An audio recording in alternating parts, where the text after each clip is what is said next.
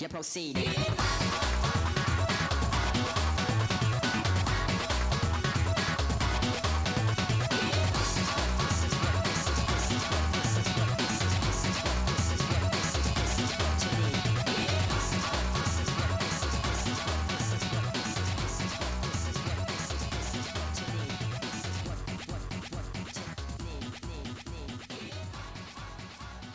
This is what you need.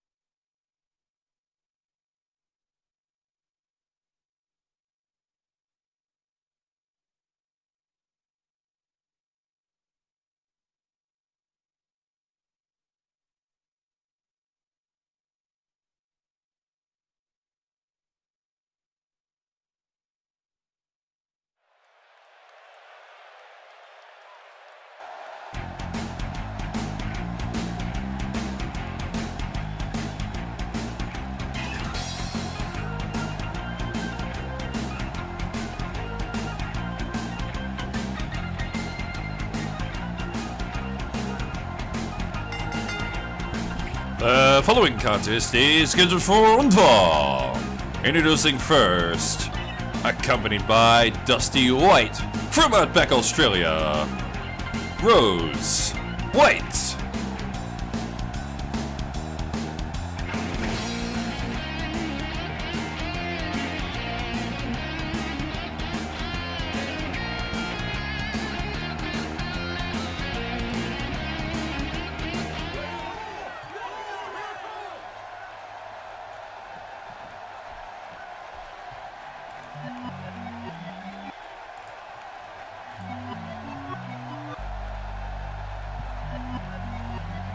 You gonna get that work.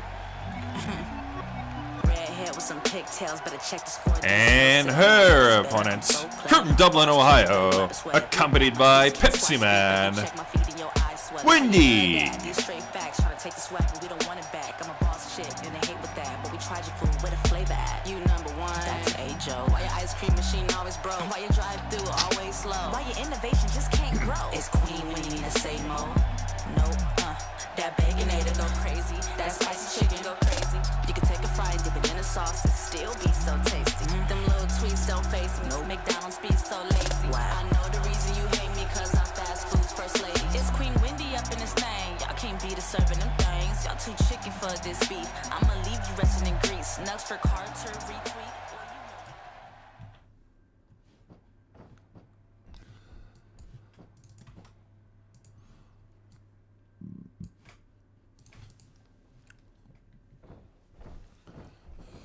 There's the bell, and we're underway. And anyway, ladies and gentlemen, welcome to our scheduled broadcast of Australian Takeover Thursday. I'm ringside commentator David Fosters. Joining me always, my partner in crime, ATT Hall of Famer Bruce Johnson. Bruce? Oh, mate, it's good to be fucking back after, we had a pay-per-view event, a fucking payback last week. And, well, now we're back to our regular fucking scheduled programming, mate. So it should be some good fun. Start things off with some fucking Divas action. Definitely the way to go, that's for certain.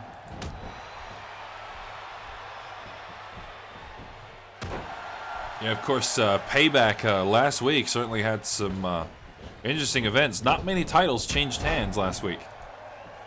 Yeah, no, we had a lot of fucking title defenses. Dark Horses managed to hold on to the Can't Do It Championship. Samus Aran held on to her fucking Sheila's Championship. Armstrong held on to his fucking Outback Championship. The cunt, I couldn't fucking take it away from the cunt. The only change of hands for the title was the fucking Boomerang Championship in the main event. Dusty White, Viragato, Little Mac, Pepsi Man and Skeletor all in the fucking ring together in a 6-man Hell in a Cell match. But of course the man of the hour, Samurai, the fucking wild card, manages to win the event anyway. And he walks away with his first ever fucking Boomerang Championship. After over 2 years of being in this business.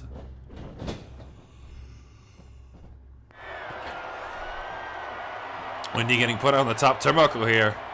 There's only one way down. Rose with a rolling slam now.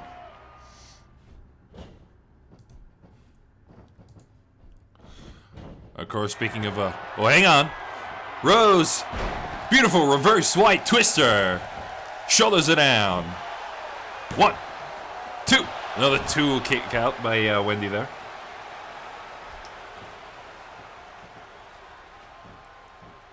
Of course, speaking of pay-per-views, we've got the Money in the Bank coming up later on this month. Of course, we'll have a 6-man ladder match for the briefcase to find out who wins the Money in the Bank. Yeah, last year it was fucking Vladimir Putin. He managed to get a successful cash-in against Duke Nukem. The year before that, it was Duke Nukem, but he couldn't get a cash-in on... unsuccessful cash-in on Big Smoke. Well, you know, I think we're about to see someone go through the table, mate. Oh, it's only the fucking first matchup. Wendy! Powerbomb through the table! Oh, I should be feeling that one, mate.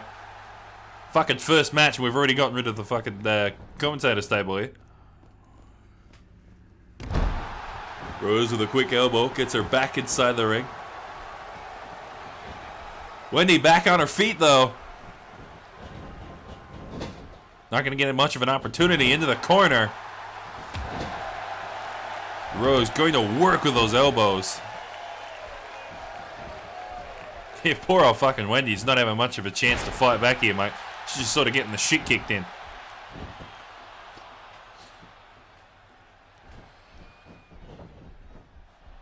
Rose, of course, a former 6-time Sheila's champion.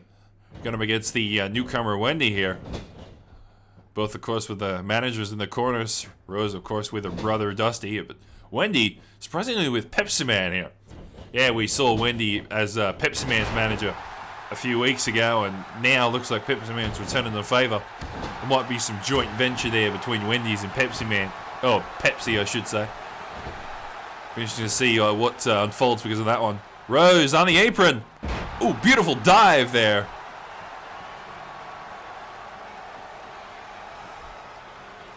A bit of trash talking. Rose picks Wendy back up from the ground. Not quite a reverse wet twister. Gonna go for the belly to belly instead.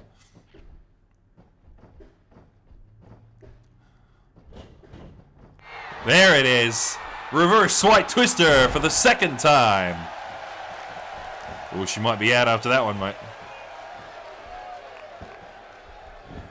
Rose with the shoulders down. 1, 2, 3. There's the bow, and that's all she wrote.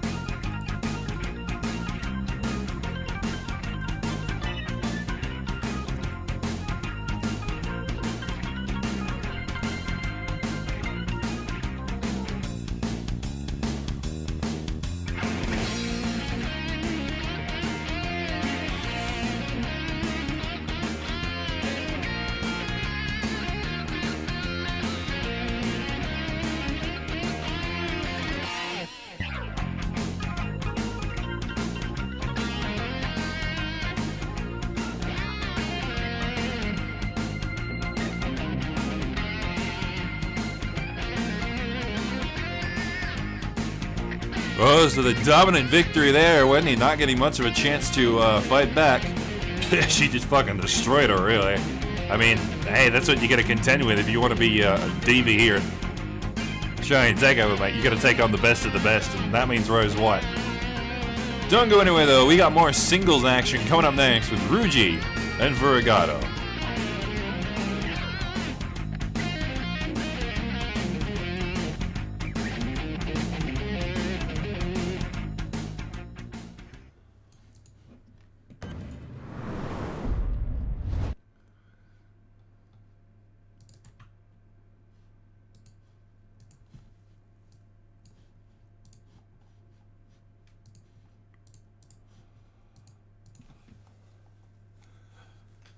Verigado.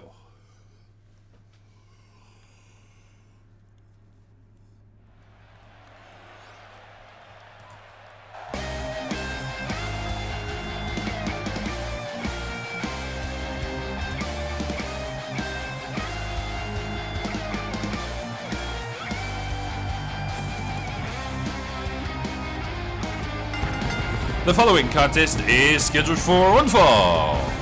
Introducing first, from Liechtenstein, weighing in at 270 pounds, Ruji.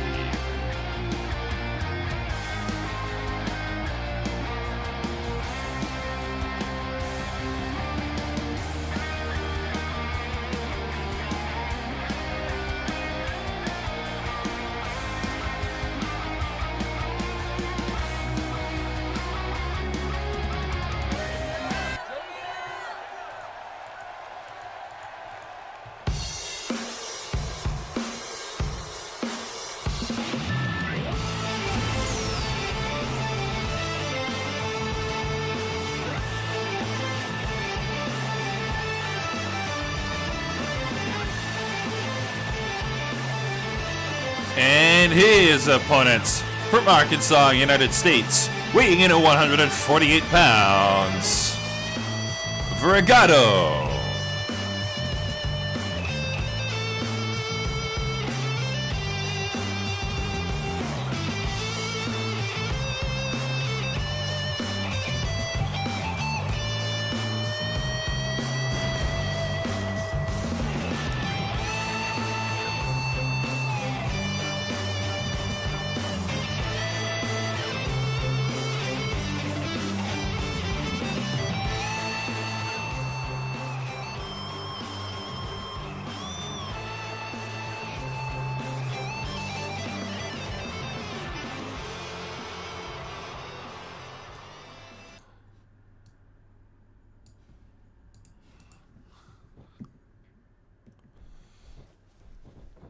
As the bell in our second match is underway, Ruji and Vergado going head-to-head here tonight.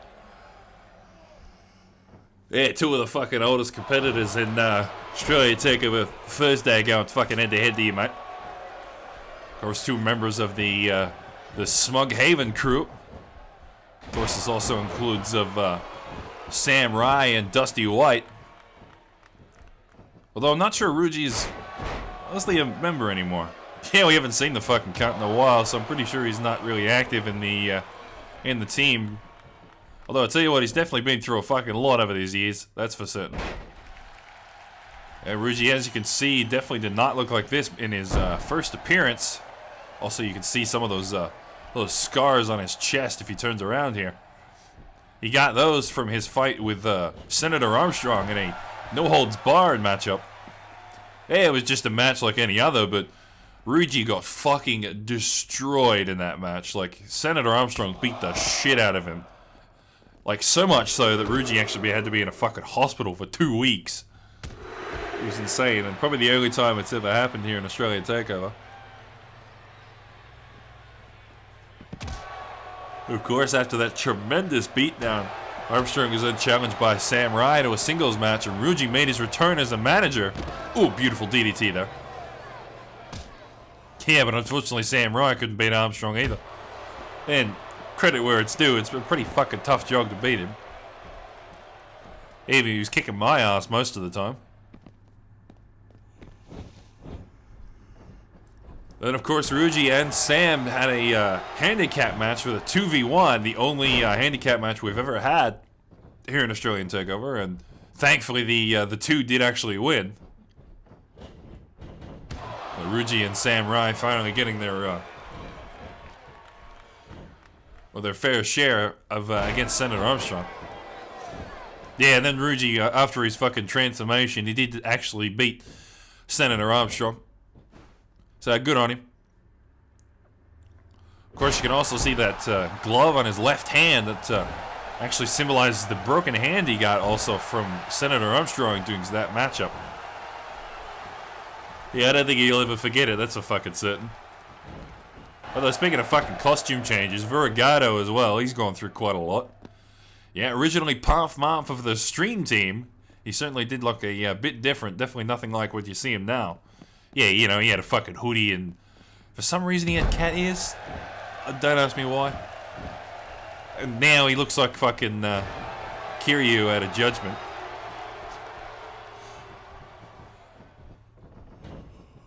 Definitely a great outfit to behold, though.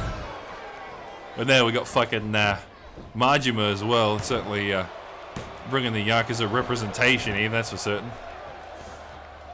2.5 count, Ruji with a kick out. Of course, this battle is speed versus power here. The big, almost 270-pound Ruji. Definitely going to be using his power to his advantage here.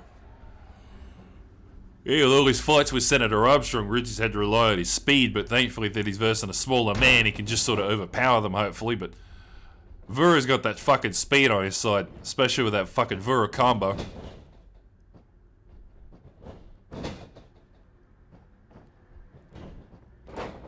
Parf going with the falling fist drop here, which is the setup into the next move here. Almost going for the that's a wrap, but Ruji getting up too fast. Oh, Ruji with a quick right jab. And the fucking rolling thunder kick. Now it's Parf's turn to be in the corner here. Vura. Ruji with a Ruji rushdown.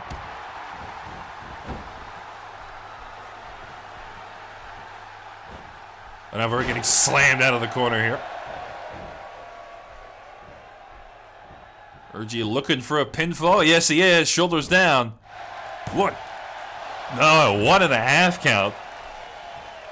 Yeah, fucking Vura's not going anywhere tonight, mate. You're going to put the punishment on if he wants that 3 count. Oh, I'll tell you what. We're going to break the table again? We just had this fucking thing fixed, mate.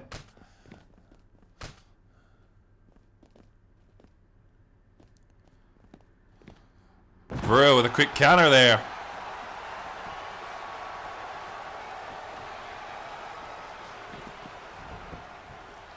Vura trying to get things back inside the ring, away from that table. Yeah, although Vura's got I know a few moves of his own to use against through the fucking table, but he definitely wants to be in the ring right now, and here's why. Vura combo coming up.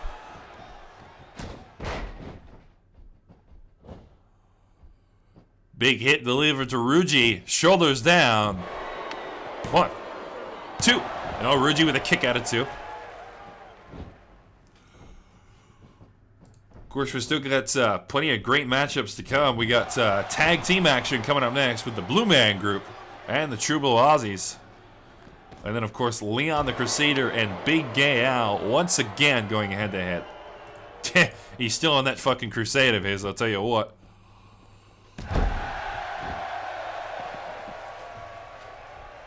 Well, it's a pretty fucking short crusade considering Big Gay Al and Ace of Spades are the only flamboyant superstars we have. Fucking over the top rope again. Ruji really likes using the gravity to his advantage. I'll tell you what.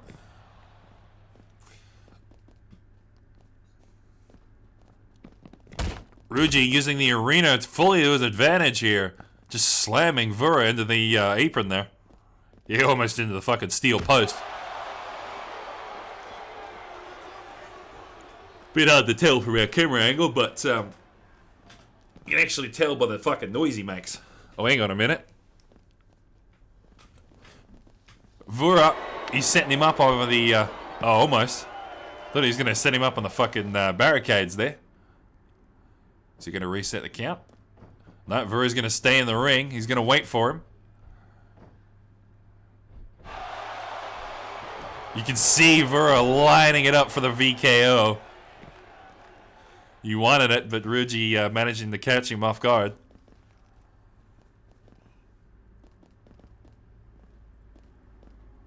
Ruji, he's going over to the corner. Vura with a big counter there. Not today, he says. Oh, I'll tell you what, that could have fucking ended badly. This poor fucking short stack 150 pounder would have been plowed through that barricade if he didn't do something there. Definitely a big momentum shift, that's for certain. Ruji back on his feet, right into a Vura combo. And down like a sack of shit. Vura with a quick cover. 1, 2, 3. No, not a 3 count. Ruji kicking it out of the last second. Yeah, fucking 2 7/8. I don't think he's gonna get lucky like that again, though. Into the corner one more time. Ruji definitely looking a lot worse for wear here. Slowly putting Vura into the trio wall. Yeah, fucking Ruji's really low on stamina, that's for certain. Oh, beautiful backstabber there, though. Ruji with a quick cover. Gets a 2 count. Vura goes for the rope break. Ref sees it.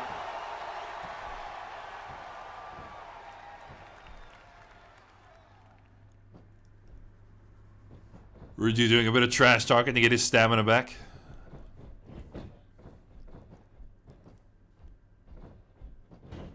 And the snapmare. Of course, you can't underestimate either of these superstars. They have quite a few belts under their, well, belt.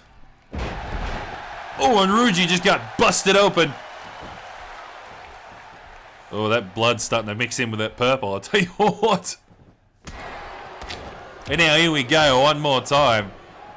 Fucking Vura combo for the 3rd time. Here we go. Here's the cover. 1, 2, 3. No, not a 3 count. He's kicked out again. Tell you what, fucking Vura really needs to put him down with a VKO, but beautiful running Ruji there. There he goes for a cover. 1, 2, 3. No, 2. Again. Hand came down for the 3, but Vura must have got to the kick out just in time. Oh, now it's really getting close, this matchup. But of course, Ruji, a former Outback champion. And of course, Verigado, a two-time Cunt Duo champion and a two-time Boomerang champion.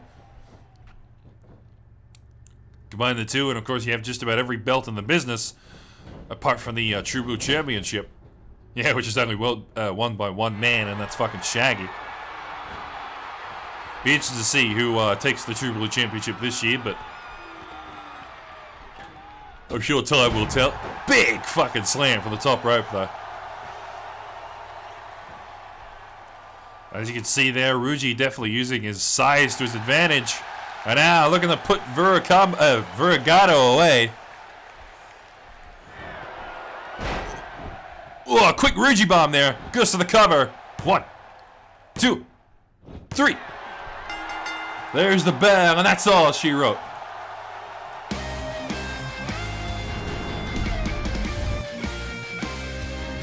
Fucking, it's been so long since I was saying Ruji, I forgot I changed just fucking Ruji bomb.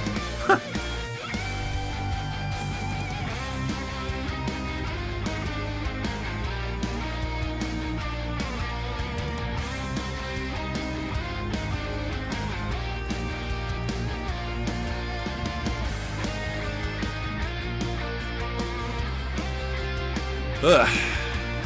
I'm gonna be honest, I'm not 100%, so my commentary may be lacking in the future matches. Just putting that out there.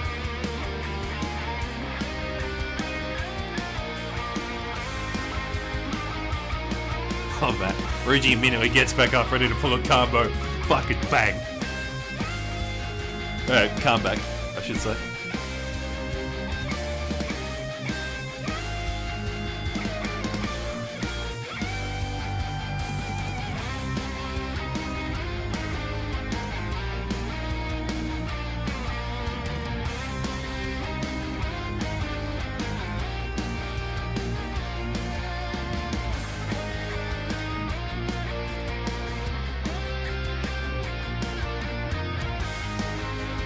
Ruji definitely getting a strong victory as his first match back in a while.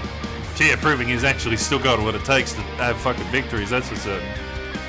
Don't go anywhere though, we got tag team action coming up next to the Blue Man Group and the True Blue Odds.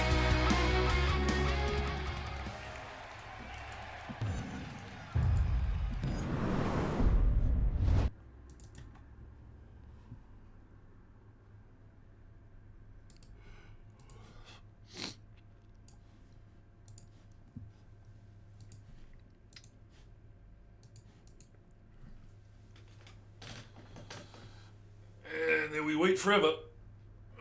Because fucking tag team matchups, for whatever reason, take longer to load. Maybe because it's got to fucking render one more or two more people, I suppose. Ugh. I was about to say, who the fuck are the tag team champions again? I'm like, oh right, the Dark Horses. Anyway.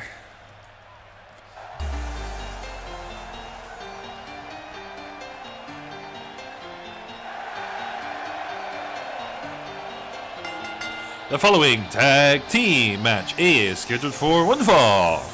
Introducing first, from South Korea and Dr. White Slab, Pepsi Man and Mega Man, the Blue Man Group.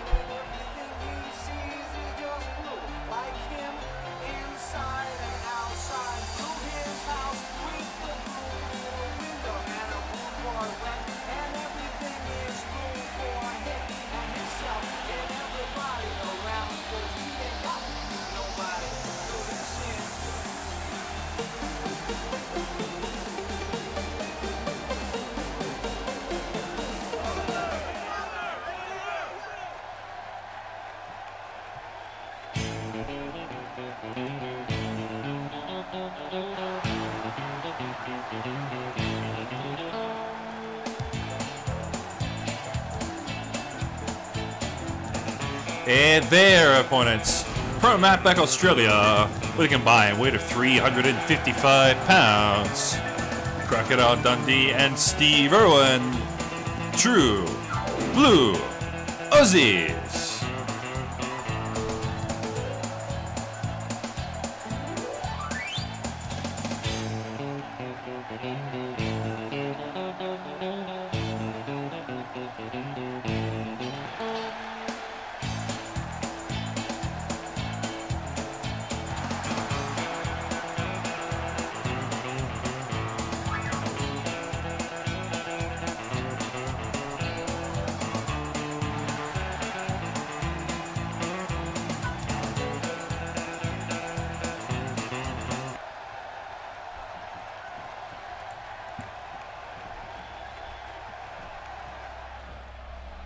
There's the bell, and we're underway for a third matchup of tonight with tag team action. Dundee starting off strong with that big drop kick there. Hey, the good old boys of the True Blue Aussies going up against the fucking Blue Man group here. Pepsi Man firing right back with that rolling net breaker. Yeah, the True Blue Aussies, former two-time Continental champions, although they haven't held the championship since the mid-season of Season 1. Actually, tell you what, I don't think they've held it for 2 years. Last time they won it, I think, was Money in the Bank from fucking 2 years ago, back in Season 1. I don't think I've held the championship since, mate. And then, of course, we have the Blue Man group. Newcomer Mega Man from Season 2 joined veteran Pepsi Man. And the two of them went on to win their first ever championship at Payback last year. Definitely a very quick belt victory for Mega Man. They went on to hold the championship for 12 weeks until losing it to the Team Fabulous, I believe.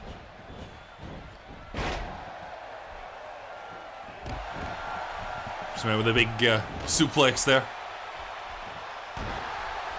It's a fucking shame that the poor Aussies, you know, they're former two-time Continental champions, but, you know, they haven't won it in almost 2 years, mate.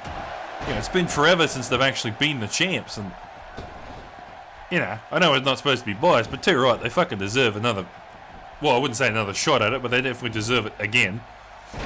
They've just got to prove that they're fucking worthy, and to be honest, with all these new tag teams these days, mate, it's a bit hard to do that. Yeah, we've got just about 10 tag teams now, give or take. So certainly interesting to try and keep up with them all. Yeah, I mean, we got, you know, the Mario Brothers, the Warrior Brothers, the Enforcers, Team Fabulous, Dark Horses, the Aussies, the Texas Boys, the Blue Man Group, the Outback Outlaws, and the Grove Street Gang. 10 fucking tag teams. It's a bit hard to keep track of them all, mate. Especially when fucking 4 of them are from the United States.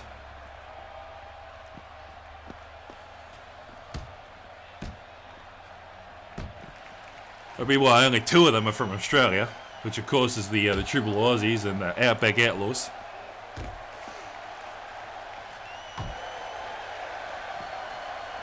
Steve Aaron going to work on Mega Man on the outside here. Oh, right into the barricade there. The big elbow connects.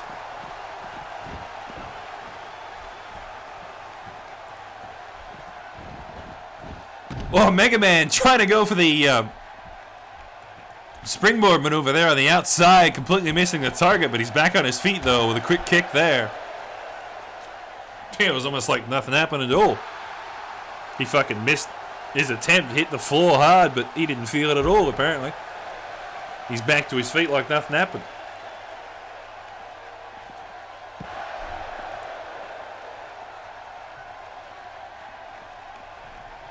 Of course, this is only the third matchup tonight. We've still got Leon the Crusader and Big Gay Al coming up next. We've also got underdog Pikatar coming up against newcomer Mr. T. And then for a finale tonight, a fatal 4-way between Donkey Kong, the Spoo, Nico Bellic, and Ken Masters. Definitely should be good fun to watch.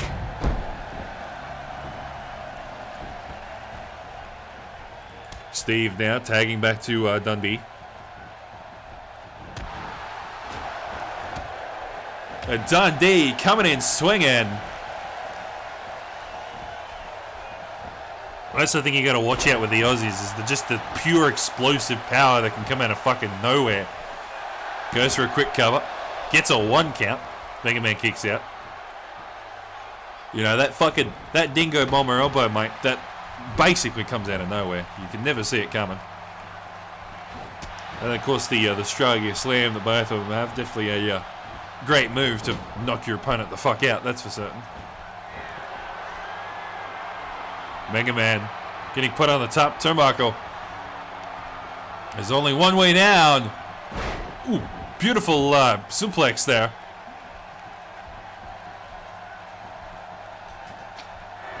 And there it is, Dingo Bomber. Down, shoulders it down. Gets a 2 count this time. Mega Man with a kick out.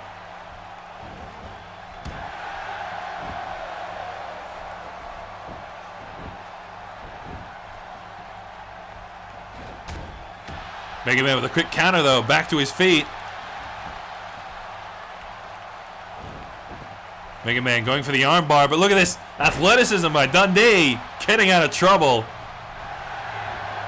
And now Dundee trying to put him away, but Mega Man gets out of trouble. Oh, there was that Australia's Outback Slam coming up. Mega Man with that big fucking reversal there. Now the quick tag back to Pepsi Man. He's like tagging in his big brother there.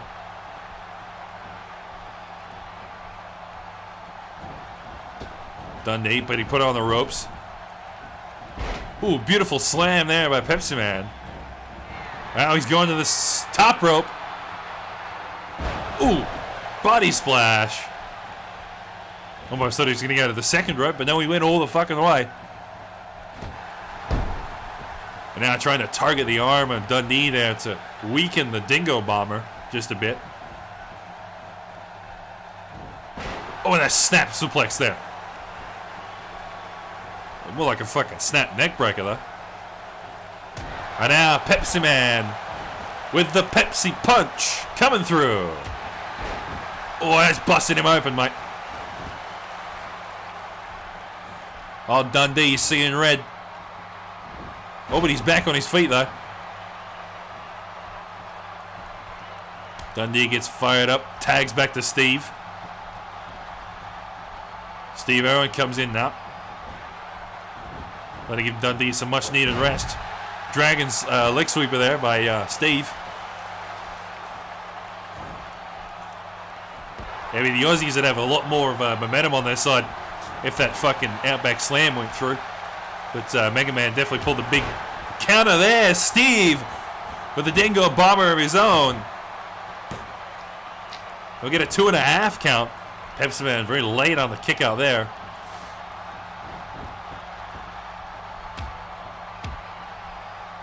Now Steve trying to go to work. Trying to settle the score on Pepsi Man there by breaking him open. Steve looking to do some damage here. And here we go. Outback Slam. This one connects. Steve with a quick cover now. 1, 2. No, Mega Man breaks up the 3 count. Surprised yet Dundee was fucking quick, but just not quite quick enough. Well, hang on, Dundee, look at him go. He's blood pouring down his head, but he's still got plenty of energy for that leg drop there. Good combination there. And now over the top rope we go. The Triple Aussies definitely have the momentum on their side here. Quick elbow drop. Oh, right into the apron.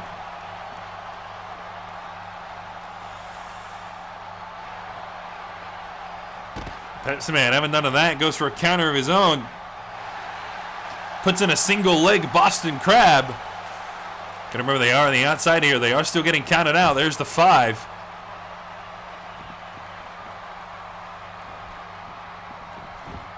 Both competitors quickly returning to the ring here. Steve Irwin puts him in the corner.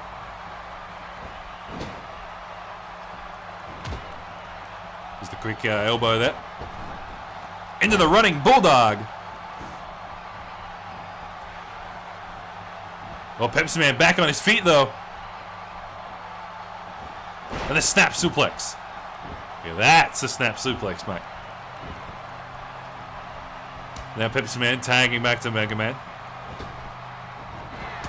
Oh, and a charge kick right out of the gates. Mega Man wasting no time at all. The Blue Man group not out of this fight yet. Goes to the cover. Gets the 2.5. Steve kicks out. Oh, he was a bit late on that fucking kick out as well, mate.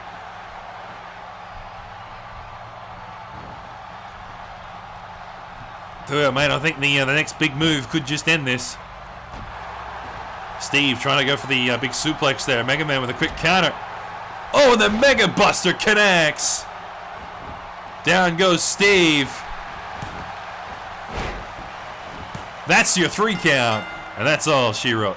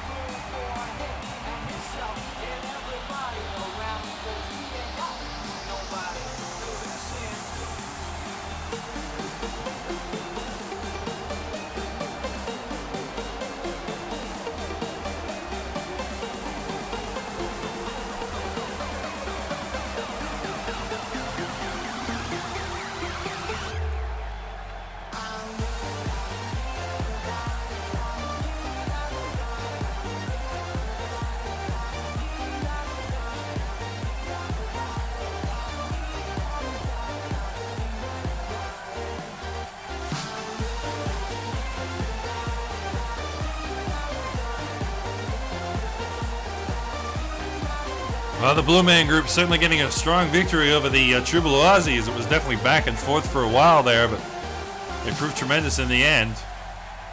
Yeah, I think it's back to the training room, boys. I think we got to try and keep up with this evolving tag team meta, that's for certain. Don't go anywhere, though. We got singles action coming up next with Leon the Crusader and Big Gay Al.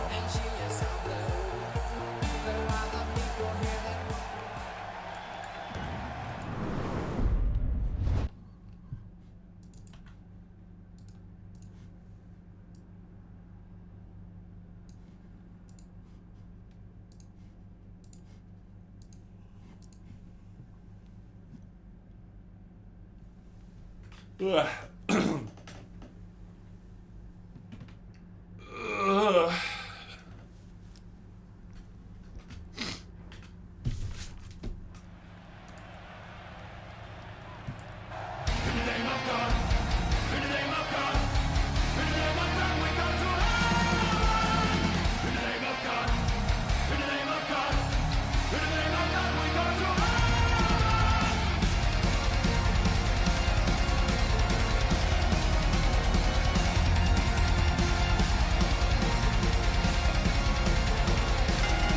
The following contest is scheduled for one fall.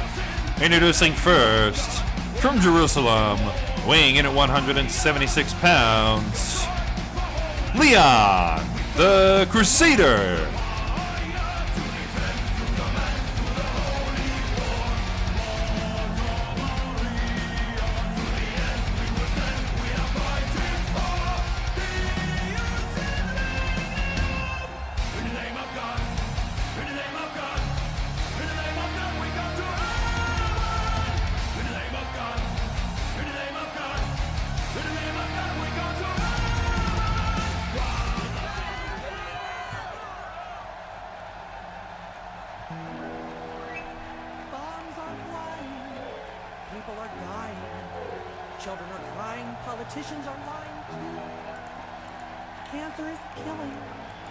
And his opponent from South Park, Colorado, weighing in at 276 pounds, Big Gay Al. Nothing bugs me. Everything is super when you're. Don't you think I look cute in this hat? I'm so sorry, Mr. Cripple, but I just can't feel too bad for you right now because I'm feeling so insanely super that even the fact that you can't walk can bring me down. He's super. Thanks for asking. Always consider he could be better. He must say.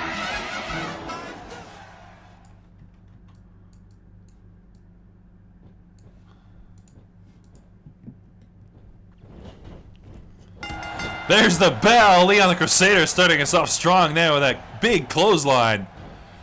Leon the Crusader and Big Al once again going head to head here tonight at a Australian Takeover Thursday. here in Memphis, Tennessee. And nothing like some good old-fashioned old rivalries to bring back here tonight, that's for fucking certain. Of course, Leon the Crusader tried to do a bit of a crusade against Team Fabulous a while ago with very unsuccessful results.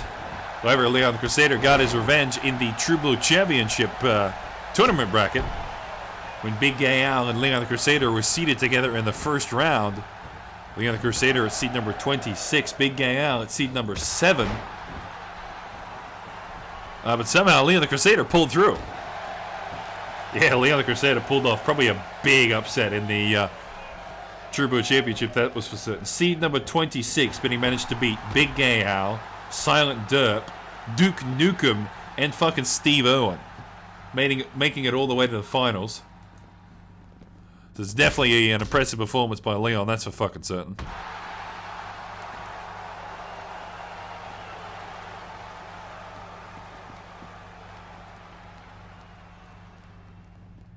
Of course, Big Gay Al, one half of Team Fabulous, as we mentioned, with Ace of Spades, former 3-time Cut Duo champions.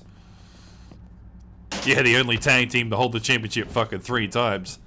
Everyone else has held it twice. Nobody's really gone for that third try. You know, you got what? The Stream Team, Mario Brothers, Warrior Brothers, True Blue Aussies. Everybody's held it twice. Nobody's gone for that fucking third. The only people that managed to do it is Team Fabulous and Gummy John. I mean, Gummy John had 2 in the Stream Team, and then he got his 1 in the Dark Horses. So he's the only individual to get it 3 times, but then again, he's the only cunt to be in 2 separate tag teams as well, so. Speaking of the Dark Horses, though, they've been holding on to the Cunt Duo Championship for over 24 weeks now. Yeah, it's fucking staggering how long they've been holding on to that fucking cunt, I'll tell you what. And just about every single time they somehow managed to defend it. And now we're going to have to decide who's going to challenge them next. We just had the Blue Man Group beat the True Blue Aussies just then. Next week we're going to have another tag team match. The winner of that fights the Blue Man Group. And then we have our number 1 contender. Again.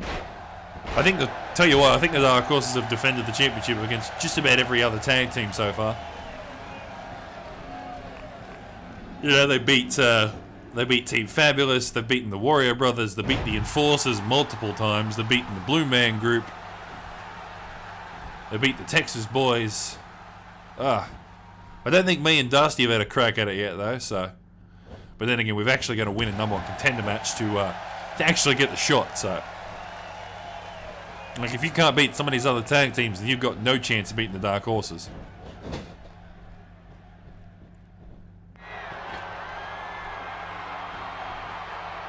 Leo the Crusader getting put on the top turnbuckle here.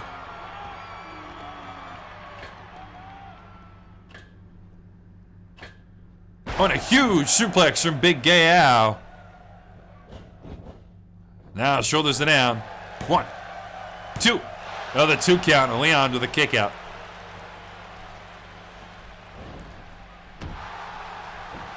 You know, it's actually been quite some time since I've seen Leon actually in the ring. Yeah, you'd almost forget that he's packing some really fucking powerful kicks, that's for certain. But with Big Gay Al, though, you gotta stay out of those corners. Otherwise, you're gonna be on the one-way ticket to the train of pain here. Beautiful connection there, Al. Not gonna go for the pinfall, gonna go for an elbow drop. He says, fuck that, I'm not done with you yet. Big backbreaker there. Leon, of course, has got those Divine Kick and the Crusader Kick in his arsenal there. Not to mention, of course, the Holy Slam, which I'm sure he'll use right here. Try and purify Big Gay Al. Beautiful connection there. Leon with the cover. Gets the 2.5. Al with the kick out. Jeez, I almost thought it was going to be a 3 count for a second there. I'm thinking, hang on a minute. Big Al can't go down that easy, surely.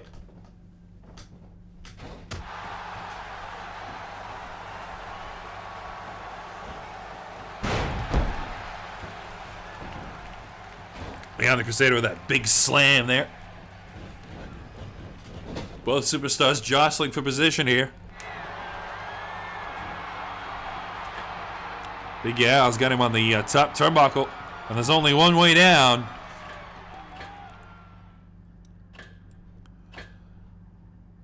Big Al with a falling slam there.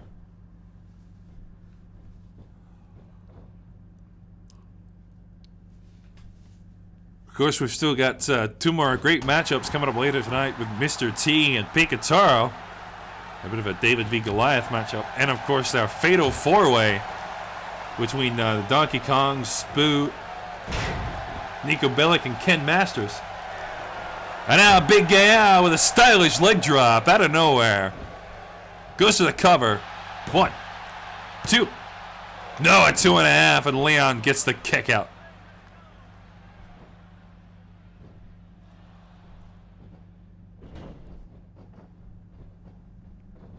Well, look at the follow-up. Leon trying to get the momentum on his side.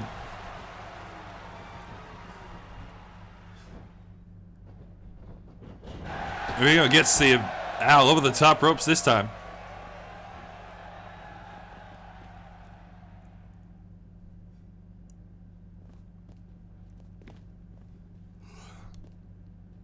Leon going for that powerbomb there. Not going to get the chance. That's the receiving end of a DDT instead. Oh, it's just fucking reversal after reversal with these two, mate. Nobody's giving an inch here. Of course, as we mentioned, Leon the Crusader definitely pulled the big upset in the Tribal Championship, but apart from that, he's yet to win any championship belts. Yeah, although he did fucking come kind of close with the Boomerang Championship a while ago, back in Season 2. But that's about as close as he fucking got. Man, of course, taunting away, trying to get fired up here.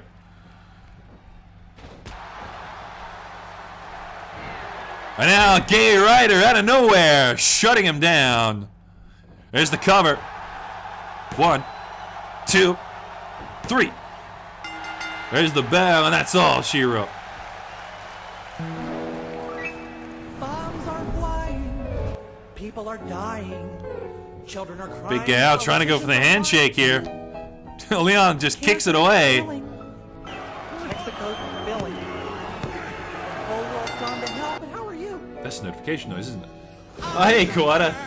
Thanks for asking. All things considered, I couldn't be better. I'm a fan. Kawada, thank you for your support. No, nothing bugs Just me. joining us as Big Al kicks ass there. Don't you think I look cute in this hat? Awful timing. Then we're about to go to a quick commercial break, and we'll be right back with Mr. T and Picataro. Don't go anywhere. I feel too bad for you right now because I'm feeling so insanely super. Bad, even the fact that you can't walk can bring me down.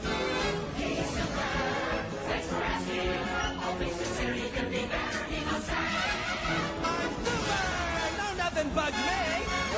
Everything is super when you're. Don't you think I look cute in this hat? These little pants, this matching color, got it marked. I'm super. Stick 'em up.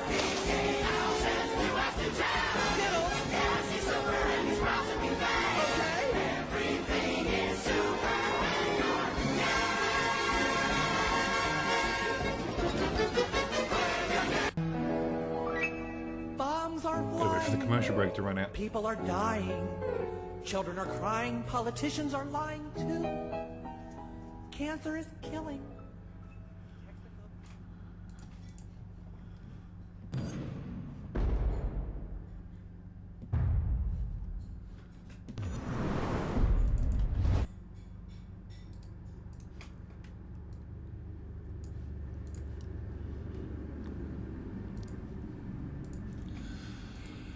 Fucking you subscribing made me break fucking character. I was like, oh, hey, Kawada, how you doing, man? I'm like, wait a minute. Shit, I'm supposed to be in character.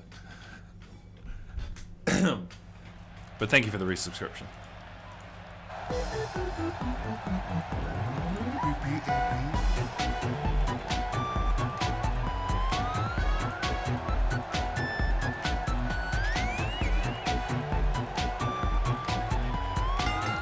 The following contest is scheduled for one fall. Introducing first, from Mori, Japan, weighing in at 118 pounds, Pico Toro.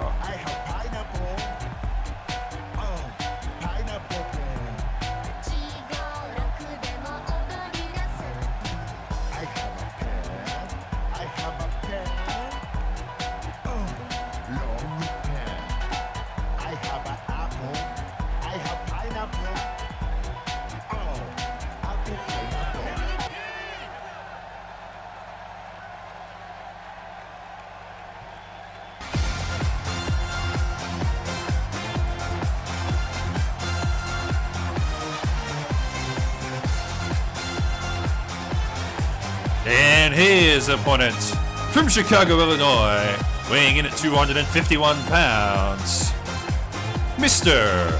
T.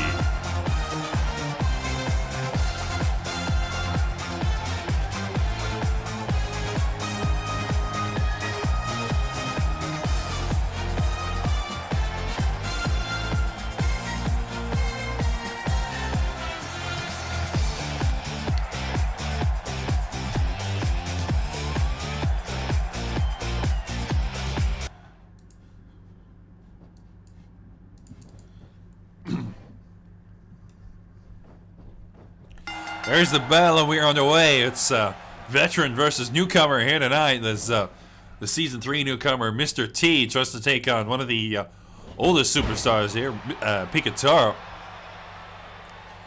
Yeah, Picataro's been around since the start, but I'll tell you, it hasn't been doing too well. Picataro's actually got one of the worst win rates in Australian Takeover. Boy, he's starting off strong with that big boot there running to Mr. T. Just to see with a quick knee with a counter.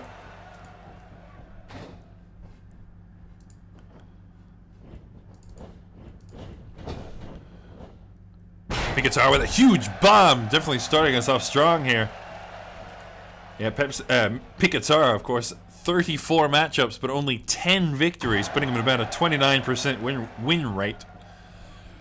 Compare that to the average. Well, it's about 46 to 50% for most superstars here. The best of the best, of course, was Shaggy with a 66.6% win rate. He's definitely up there as well. Of course, Dusty White, 63%. And Little Mac, I believe, sitting purely on 60%. That's your higher echelons right there.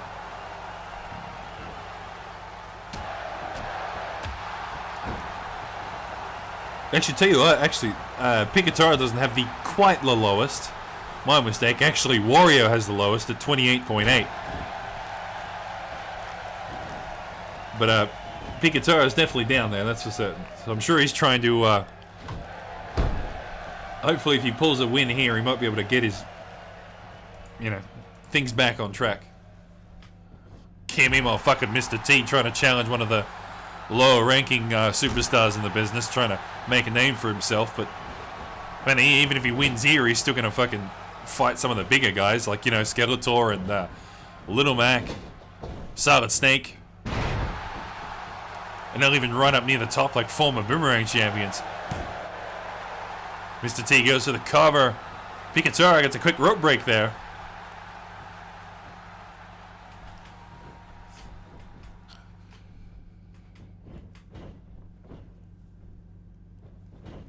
They get high enough in the rankings, you'll have to fight former champions like, of course, Senator Armstrong, Dusty White, Viragato.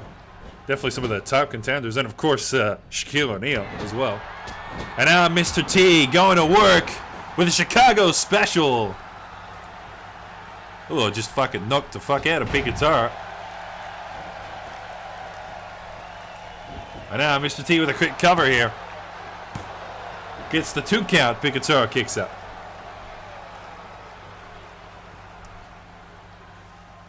It's fucking weird saying some of these special move names, though. I'll tell you what, since we're not actually used to having these cunts. We've only had Mr. T for, 2 months now. Just over 2 months. And now, he's looking to put Picataro away.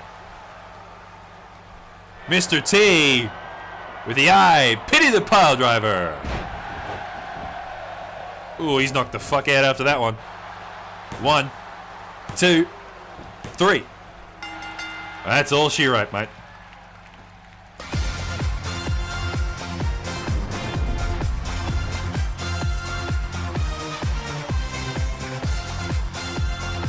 Fucking over, that was over quick.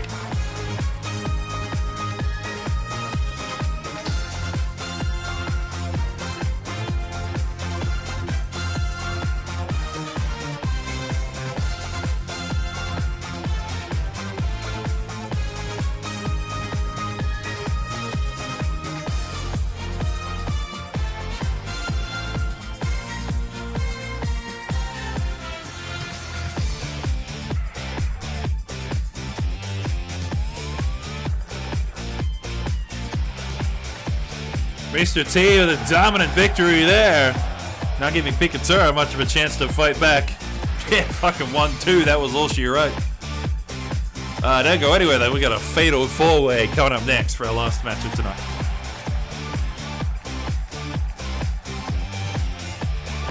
Well, I say last match of tonight, but we've still got 6 more matches after that as well because of next week's program.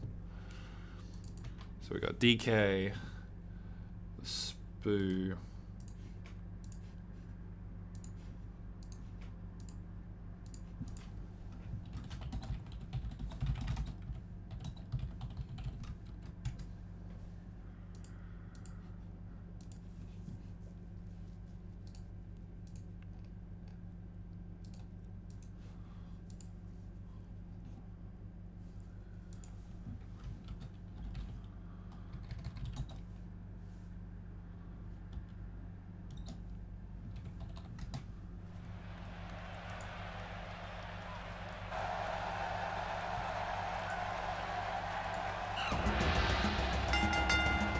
The following fatal 4-way is scheduled for one fall.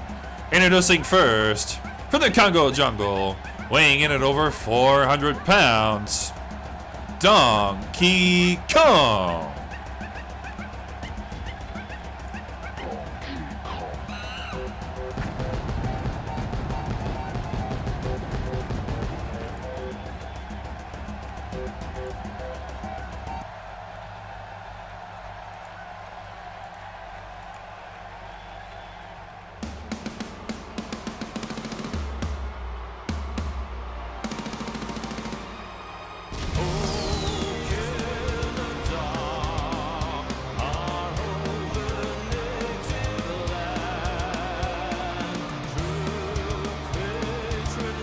And his opponent, from Toronto, Canada, weighing in at 190 pounds, the Spoon.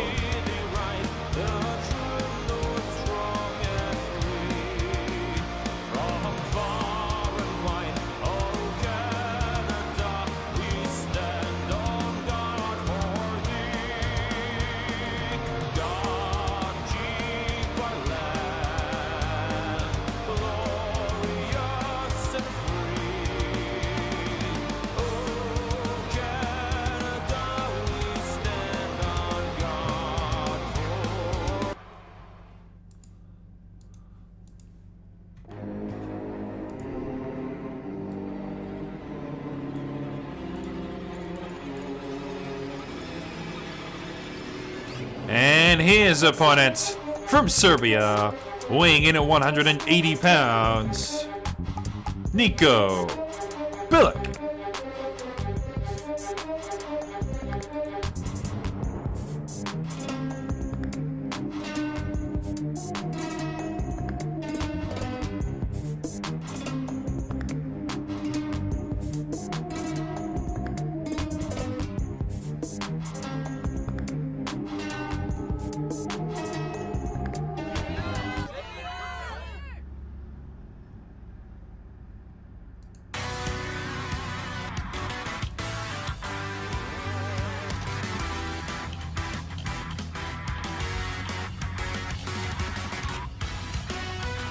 And his opponent, from the United States, weighing in at 183 pounds, Ken Masters.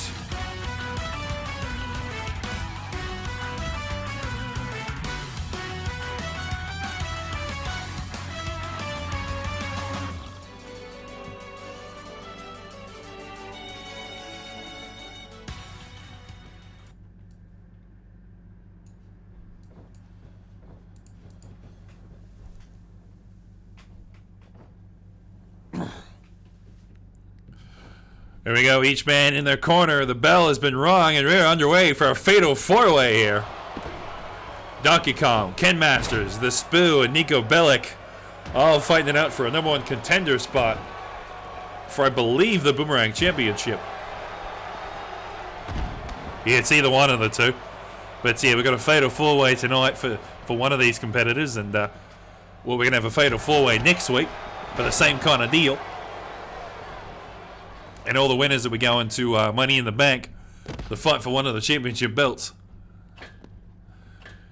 DK going up the second rope there, gets that shoulder charge, running to Ken Masters. Of course, fatal four-way rules, there are no countouts, no disqualifications. You must win by pinfall or submission on any of your opponents inside the ring. Yeah, so right now, fucking Nico Bellic can't pinfall on the Spoo because they're outside.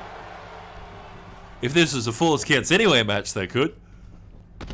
But no, this is just your standard fatal four-way, mate. Ken Masters going to work on DK in the center ring there. Nico Bellic getting slammed into the steel steps. Of course, 3 of these 4 competitors don't have any championship belts. The only one who does is Donkey Kong, who had a Boomerang Championship over 3 years ago. Spoo with a beautiful drop kick there, running to Nico Bellic on the outside. Oh, and again, just dropping him. Okay, Masters with the leg drop now. Yeah, I think fucking last time DK had his Boomerang Championship was Payback of Season 1, dude.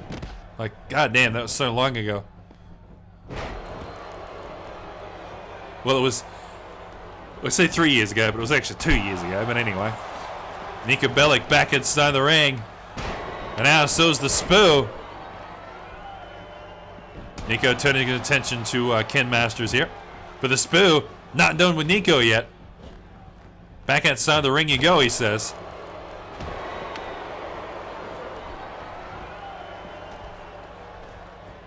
DK trying to find some ground with a big slam on a Ken Masters. Spoo using his speed to his advantage over Nico there with that beautiful neck breaker.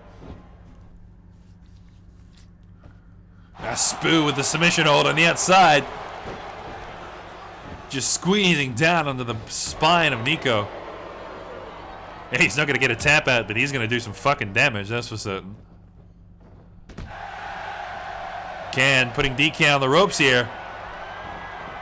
Oh, look at Ken. Springboard, sure you can. Spoo just with the big kick on the outside. DK with a 2 count. Spoo's on the top rope. Not going to go for the dive, though. I tell you what, I think Spoo was going to break up the 3 count with a dive. But I don't think that's how you want to do it, mate. Nico just coming in swinging. I think he was going for the Spoo there, but he sort of collected Ken Masters on the way through. And now all 4 superstars back inside the ring, and it's anyone's game here. Nico, Russian leg sweep coming through.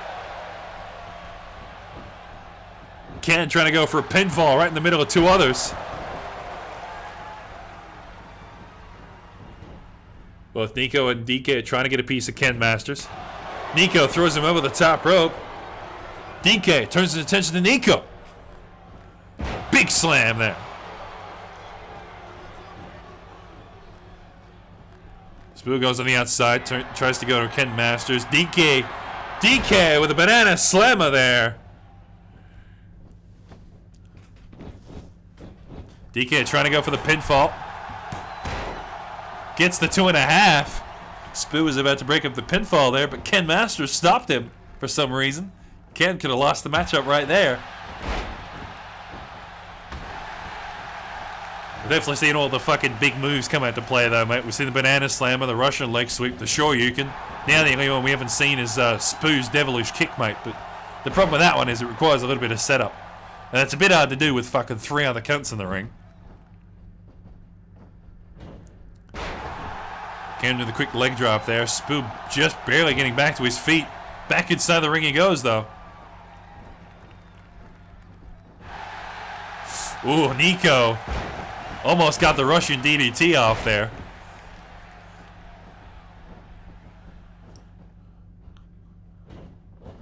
There he goes, Spoo trying to set up the devilish kick here.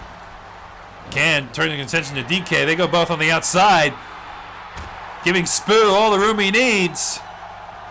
Oh, look out, mate. This one's gonna hurt. Oh, right in the plums. Devilish kick connects.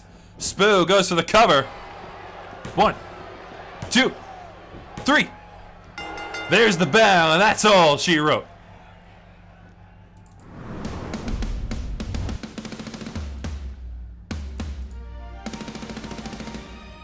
Oh, hey, I bet on the Spoo. Fuck yeah.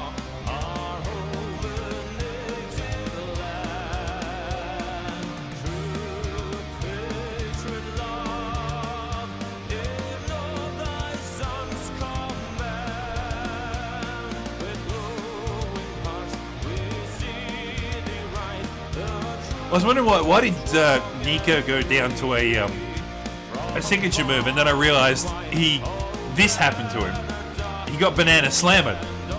That's why the devilish kick was super effective. So we're gonna go to a commercial break after this, and then I'm gonna set up the next 6 matches, and then we'll go from there. But I'm gonna act like it's the end because, you know, professionalism and whatnot.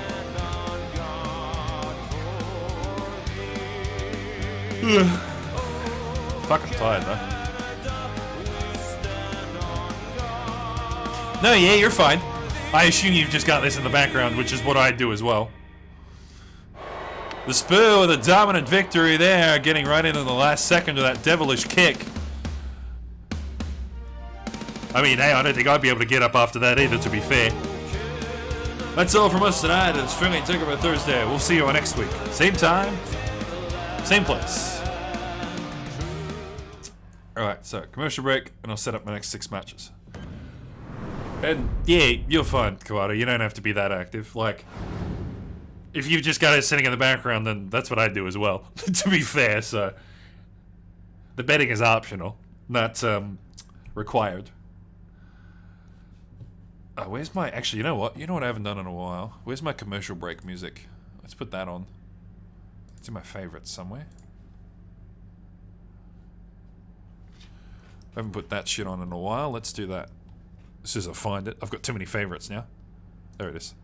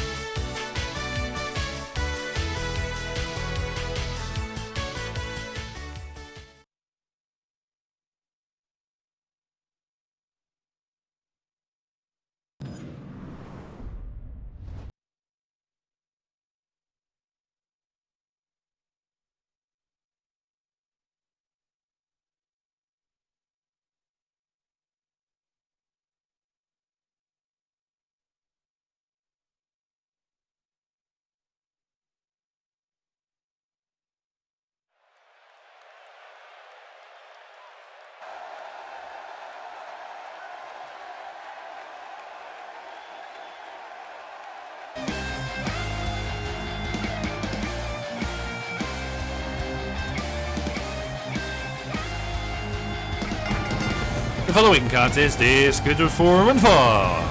Introducing first, from Liechtenstein, weighing in at 270 pounds, Ruji.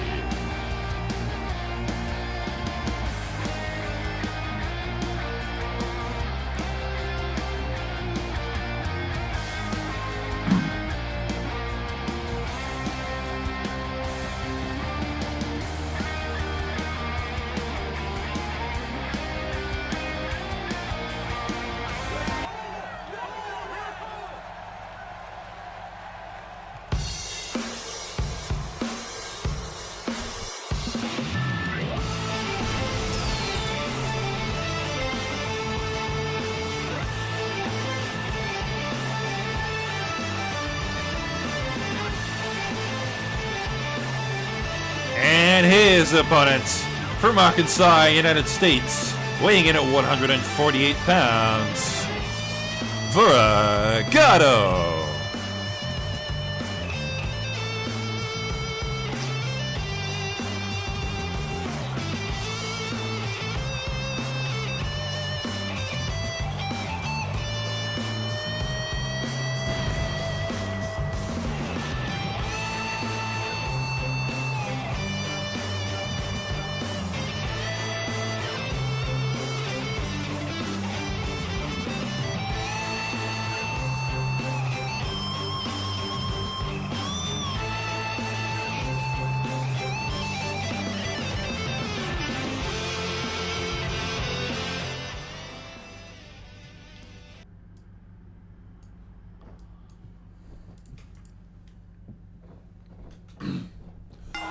There's the bell, and we're underway. Ladies and gentlemen, welcome to our scheduled broadcast of Australian Takeover Thursday, coming to you live from New Orleans. I'm your ringside commentator, David Foster's. Joining me always, my partner in crime, ATT Hall of Famer Bruce Johnson. Yeah, fucking good to be back once again, mate. It's one step closer to Money in the Bank, that's for fucking certain. Starting things off, of course, with Vergado and Ruji. These two went head-to-head last week. Ruji pulled off a big victory over Vergado.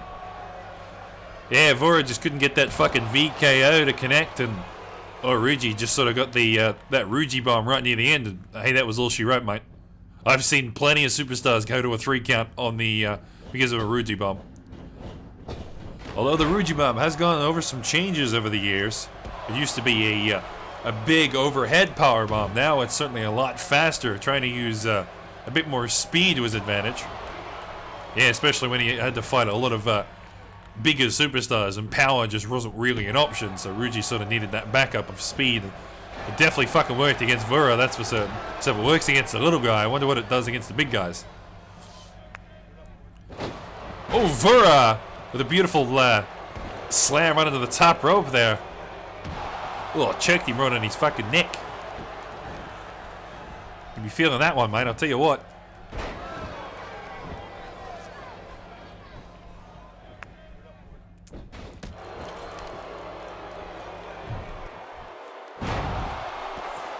Of course, speaking of Ruji, has also got over quite a few changes over the years. Yeah, he used to just be a bloke in a fucking black hoodie. Until he had a no-holds-barred match with Senator Armstrong, who fucking destroyed him. As you can see, all those scars that he's got on him and that glove he wears on his left hand. Those were the injuries that he sustained in that matchup, and he had to go to hospital for a couple of weeks.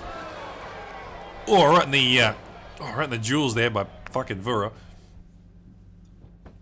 Of course, his hand isn't broken anymore, but he wears that glove as sort of a reminder to himself.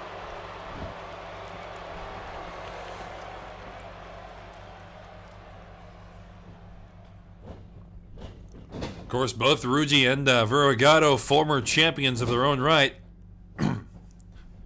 Ruji, of course, a former Outback champion way back at, I believe he won it at Money in the Bank in Season 1.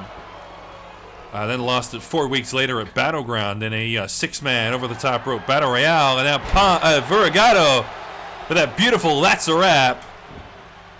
And now, shoulders down, gets the 2 count, Ruji with a kick out.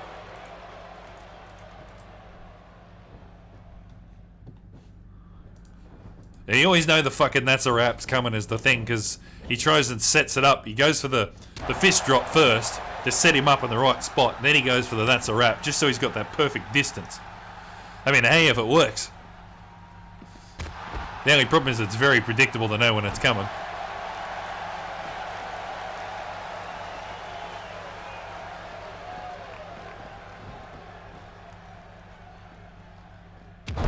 Of course, Ruji's done his fair share of going up against the big boys of Senator Armstrong and such. But he was out of commission for some time. Hasn't won the Outback Championship since Money in the Bank of Season 1. Vura, sorry, going to the top rope. Oh, Vura getting really lucky there. Yeah, fucking Ruji was coming over. He looked like he was about to knock him down, but somehow Vura got the fucking diving elbow drop. Oh, look out. He's crawling around now. VKO. Here's the pinfall. Oh, immediate knockout, though. Kick out. Yeah, I think he got a bit of a rope break there. Got really fucking lucky with that one. Now Ruji trying to turn the tides here, get the momentum on his side.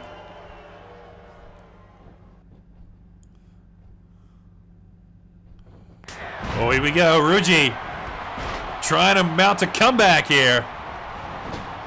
Oh, into the corner with that one. And now Ruji with the crossbody right in the center there.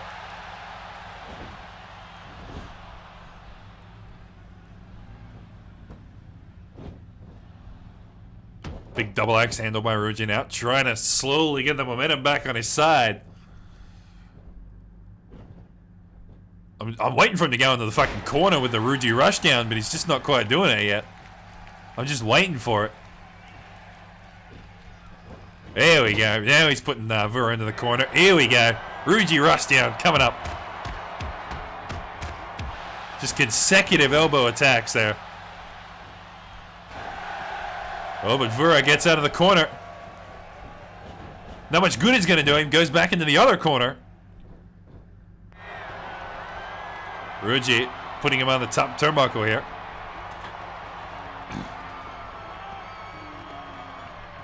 You know when they say there's only one way down, Ruji, the big choke slam from the top turnbuckle. And now goes for a quick cover. Gets the 2.5 count, pump for the kick out. Of course, as we mentioned, Ruji, a former Outback champion, but Vuragato, a former 2-time Kanto champion in the early days of Australian Takeover. And, of course, a 2-time Boomerang champion in recent times. Yeah, if the fucking 2 Kanto championship victories were his early days back in the Stream Team with Gummy John. Although these days he's more of a Boomerang champion. I know he won it back in Season 2 once, and I think he won it, no, twice in Season 2, excuse me. And now Ruji, ooh, that big gutbuster there. And now Ruji trying to put him away. Ruji bomb coming through. Shoulders it down. 1, 2, 3. There's the bell, and that's all she wrote. Fucking 2 weeks in a row, and he's going down to a Ruji bomb. Ruji going for the handshake here. Vura not having any of it. Oh, reminds me of last week with Big Al and fucking Leon the Crusader. Well, don't go anywhere though. We got Divas action coming up next.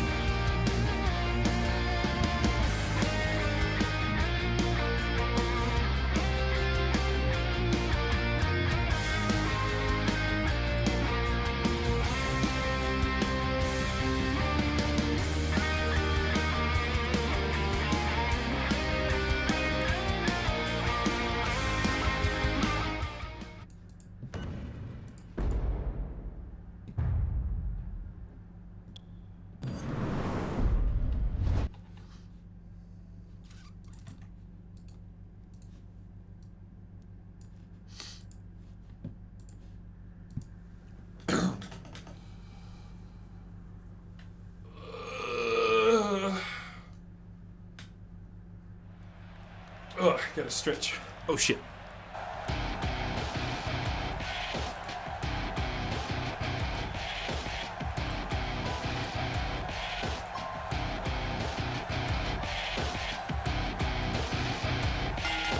The following contest is scheduled for one fall. Introducing first, from Jump City, Raven.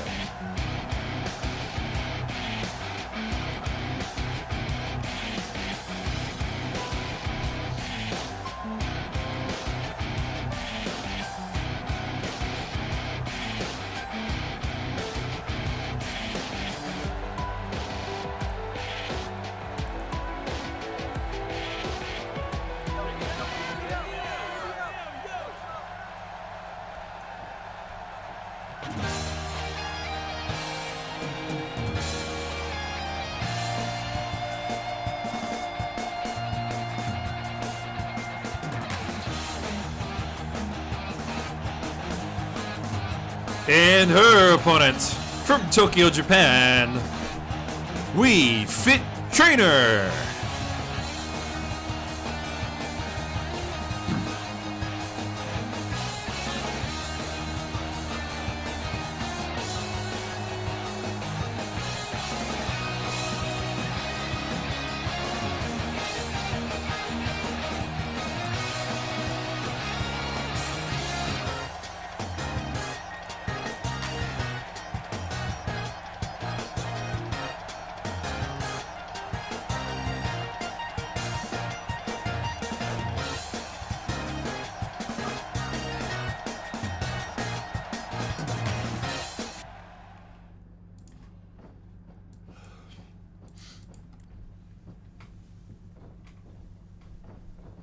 There's the bell. We're on the way for our Divas matchup of tonight. Raven and We Fit going head to head here tonight. Yeah, we had fucking Rose and Wendy going against each other last week, and now this week we've got fucking Raven and We Fit. Yeah, both of these divas, of course, former Sheila's champions. We Fit, I believe, is a former two-time Sheila's champion. Need to look up the statistics to actually remind myself. Yeah, both Raven and We Fit, former two-time Sheila's champions. Raven, of course, still holds the records for the longest time held at 12 weeks. No diva yet to match that, of course. Some have gotten to 8 weeks, like Rose and Samus Aran. Well, actually, I think Samus Aran might just match that 12 weeks with the last two successful defenses she's had.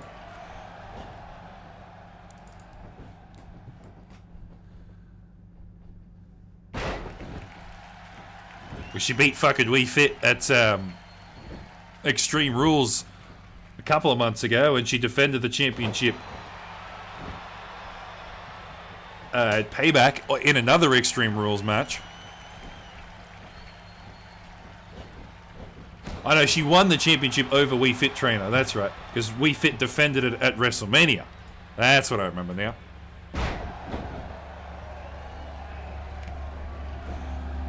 So Samus Aran has held it for 5 weeks now.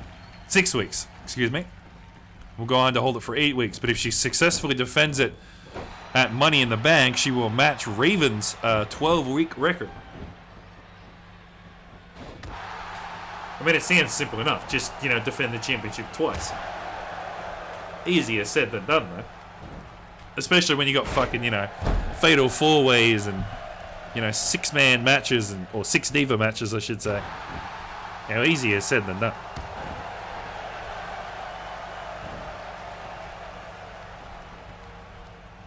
Of course, both of these divas have been around since the start of Season 1. The only newcomers, of course, are Samus Aran and Wendy.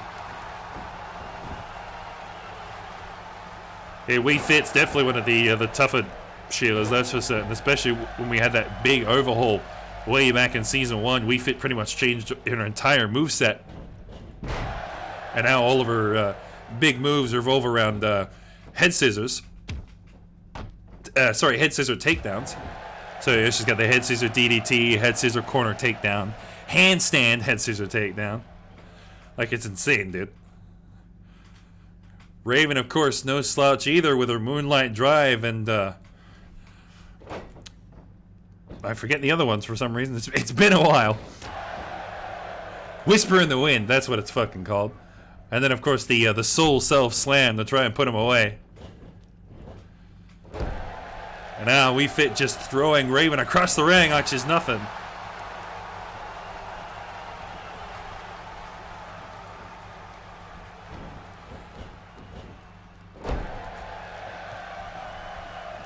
Also got some great matchups lined up tonight. Samurai and Gummy John going head-to-head once again later on tonight. Yeah, it's been a while since those two have fucking faced against each other, and now they've both got a title belt, so it should be interesting. Right, then we got fucking tag team action right after that one with the Enforcers and the Grove Street Gang. And of course, their main event tonight, another fatal four-way, just like last week. Shaggy, Hank Hill, Super Mario, and Solid Snake. Definitely a interesting combination, to say the least. There's Shaggy, of course, the current True Blue champion. And now, look at this. Whisper in the Wind. Beautiful athleticism on display by Raven. Shoulders down. 1, 2.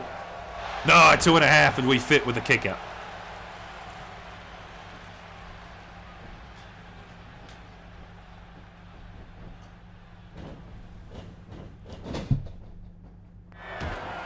We Fit getting put in that side of the corner.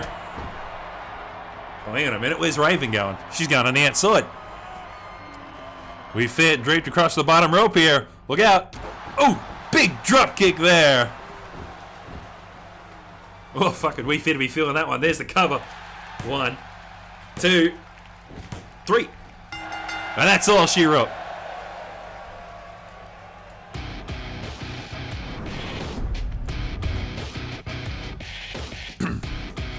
Don't know why the camera had to go for a close-up of Raven's ass there, but anyway.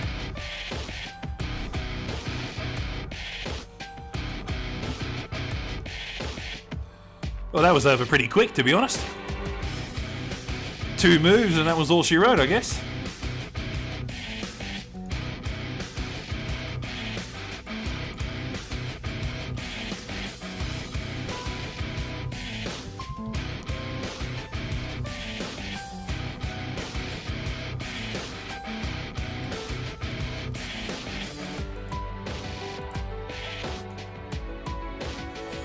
Raven with a dominating victory there. A Whisper in the Wind and a super drop kick, and that was all she wrote.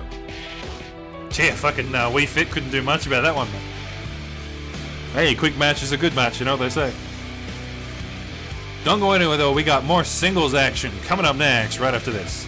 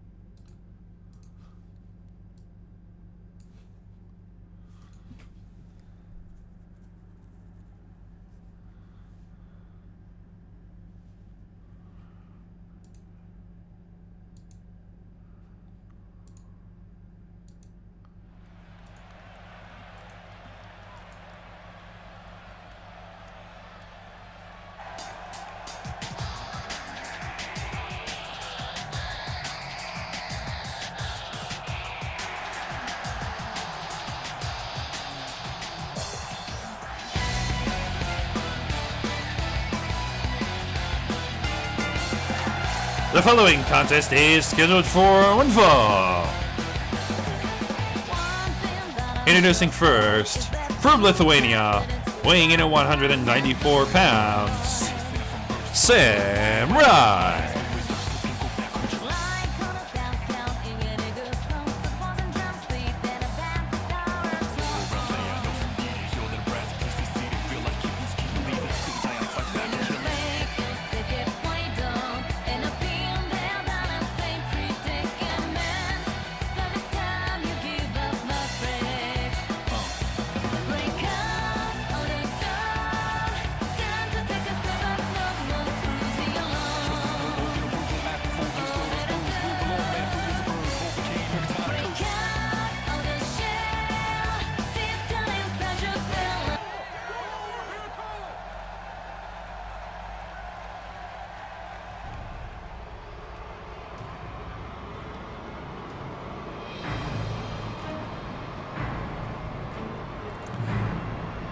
And his opponent from Virginia, United States, weighing in at 235 pounds.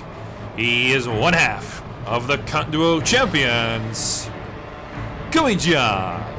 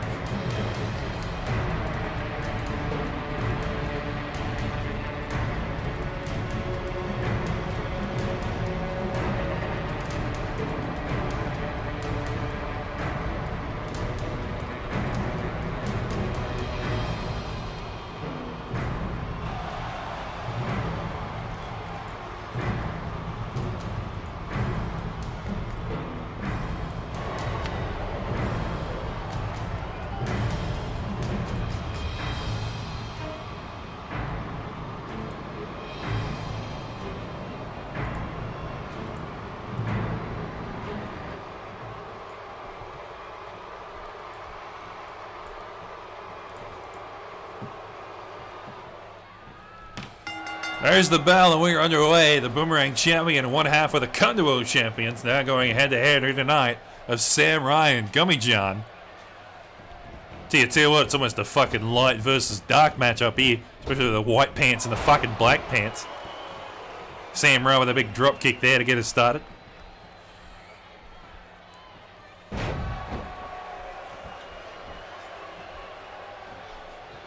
As Sam Ryan and Gummy John, of course, still definitely acquaintances after all this time, but although they've gone back and forth over the years between them, Ruji, Viragato, Dusty White. We've sort of been back and forth over the past 2 and a bit seasons we've had them here. Although now, you know, over 2 seasons later, Gummy John holding one half of the Cunt Duo championship and Sam Ryan holding the Boomerang championship. Certainly not something I would have seen way back in season 1. Yeah, like we said, a lot's definitely changed since then. Although Gummy John's been on the been in the dark horses since WrestleMania of season 1, so it's actually been quite some time. Gummy John's actually been a dark horse longer than he's been normal, which is kind of shocking to me. It's really been that fucking long since season 1. Like goddamn. And then just to think what we're going to say when we hit season 4.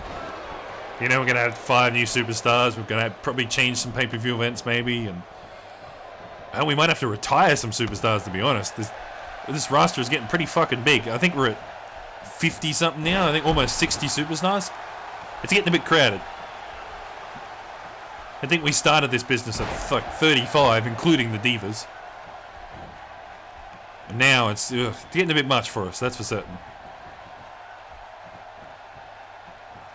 Sam spinning Gummy around, trying to get the advantage there. Quick neck breaker. Of course, Gummy has been a dark horse ever since he broke up with Viragato, who was part for the time of the Stream team, was once disbanded. Now Gummy turning dark in the footsteps of Duke Nukem, who did the same. Of course, the two of them saw what the other was doing and then formed a tag team, and I can definitely say they're probably one of the, if not the most formidable tag team in the business right now. Yeah, I mean, they've held on to the championship for, what, 26 fucking weeks? Yes, it's their first championship, but fuck it, I'll tell you what, they've been doing a damn good job defending it. The only other record that comes close was Dusty White's 20-week record for the Outback Championship. Sam going to the top rope here. Big elbow drop connects. Sam with a quick taunt after that one, trying to regain some stamina and, well, humiliate his enemy, so to speak. The old Sammy boy going to work on the legs of Gummy there. You know, trying to take away some of the attack power from the fucking Sonic kick. Speaking of kicks, though, it's Deja Vu coming through. Oh, and the drop kick from the top rope. Yeah, you want to talk about kicks, you're talking about old fucking Sammy boy here, with that fucking Deja Vu. And now going for a cover here. 1, 2, Oh, and Gummy with a kick out of 2. Yeah, there's certainly a lot of strikers in Australian Takeover. These two are no different. Sam, of course, with the deja vu, as we mentioned and just saw there. Gummy John also with the sonic kick. Yeah, and then the two of them have just got those really deadly finishing moves. You know, the code breaker for Sammy Boy and the fucking gay baby jail for Gummy John, which only very few have actually managed to escape from. Gummy with a quick counter there. And now into the Boston Crab. Trying to squeeze down in the lower spine there. This is smart by Gummy. He's trying to waste time on the outside. Sam actually tapped. Holy shit. But they're on the outside, so it doesn't count.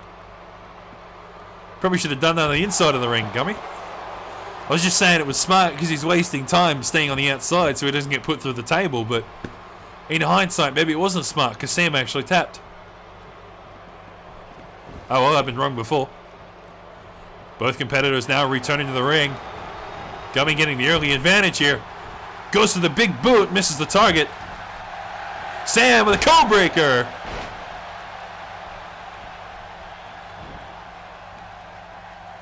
Sam dragging him away from the ropes, goes for the cover. 1, 2, 3. There's the bell, and that's all she wrote.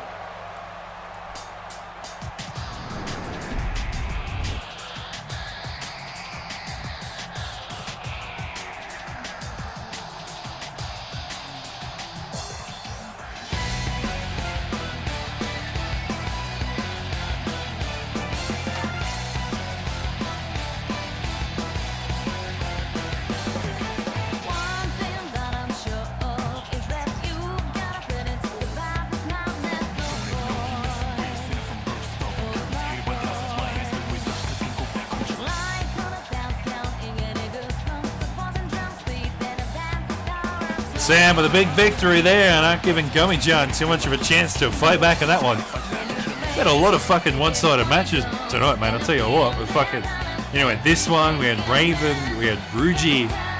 It's really just sort of been one way. Don't go anywhere though. We got tag team action coming up right after this.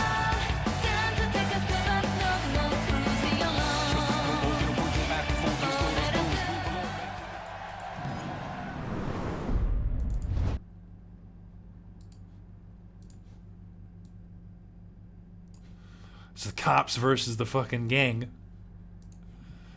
You know, they say, here come the fuzz. Oh, that's what I should have made their fucking music. The Hot Fuzz soundtrack. That would have been sick. But I'm actually not sure if I would have gotten hit by copyright because of it, though.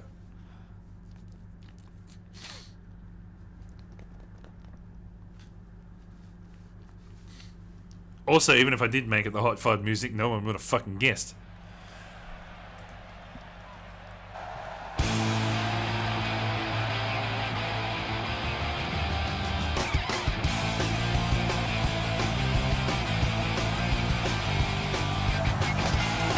The following tag team match is scheduled for one fall.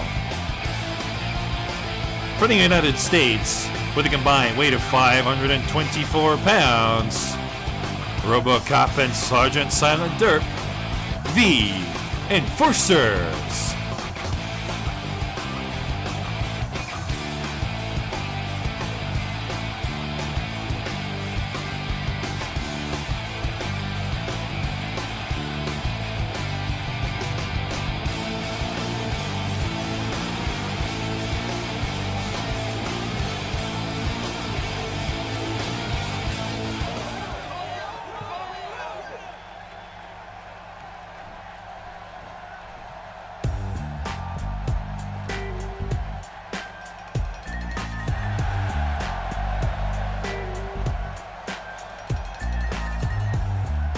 And their opponents from San Andreas, California, with a combined weight of 605 pounds, Big Smoke and Carl Johnson, Grove Street Gang.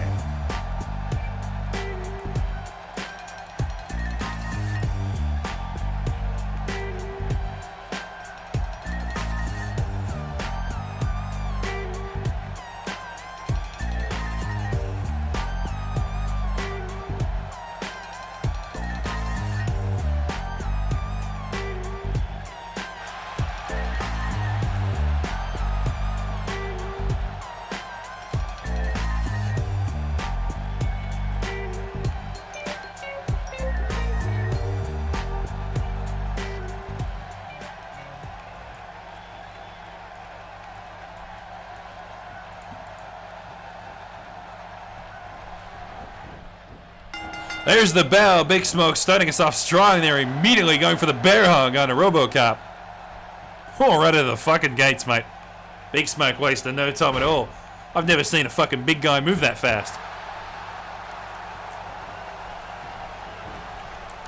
Of course, the Enforcers going up against the Grove Street Gang here tonight. Winner will fight the Blue Man Group for the #1 contender spot for the Cut Duo Championship and Money in the Bank. Yeah, 1 win gets you into the #1 contender fight. 2 wins gets you into the pay-per-view event. 3 wins gets you the title. Hell of a lot easier than what it used to be, that's for certain. Because it basically took 4, almost 5 wins just to get the championship. But now we've sort of toned it down a little bit due to how many fucking tag teams there actually are. Oh, that big boot connects.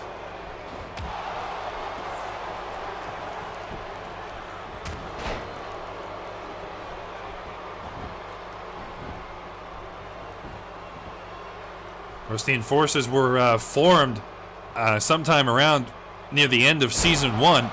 RoboCop and Sergeant Silent Derp saw that they weren't having too much luck in singles by each other, so they decided to form a tag team.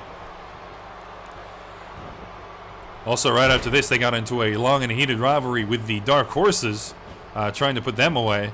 The Enforcers managed to get their first ever Duo Championship victory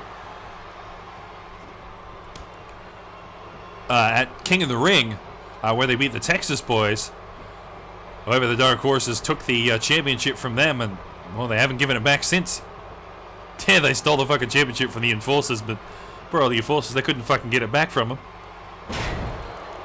And then, of course, the Grove Street Gang, a new addition here at Season 3, with, of course, CJ, one of our Season 3 newcomers, forming a tag team with Big Smoke, who's been around since Season 1. Yeah, we've had fucking Big Smoke for ages, but we never got CJ into the ranks, which is kind of surprising, but hey, he's here now, and that's all that matters, mate. And now Silent Derp going to work there on Big Smoke.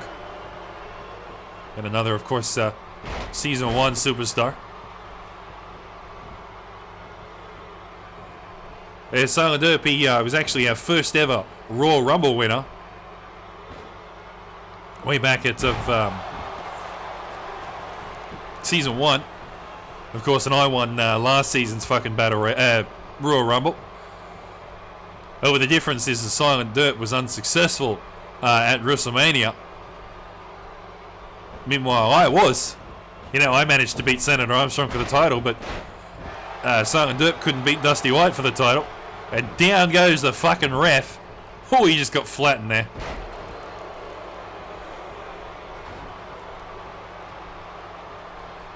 CJ going to work on Silent Derp, and over the top rope we go. Down the ringside. Yeah, I think the Grove Street Gang just feel a bit more comfortable. Well, I feel like they can do some extra damage fighting on the outside here. Ooh, quick armbar from Silent Derp though.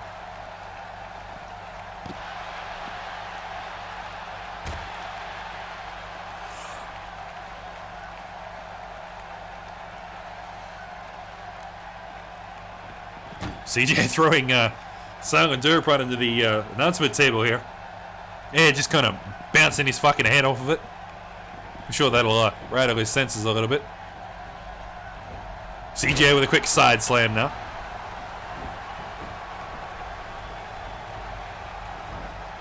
Oh, and a big fist drop connects from CJ.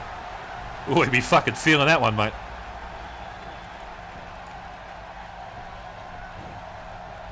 Of course, we've still got 2 more great matchups later on tonight with Big Gay Al and Shrek going head-to-head.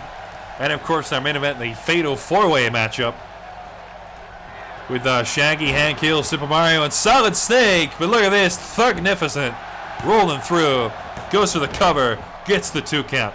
RoboCop breaks it up.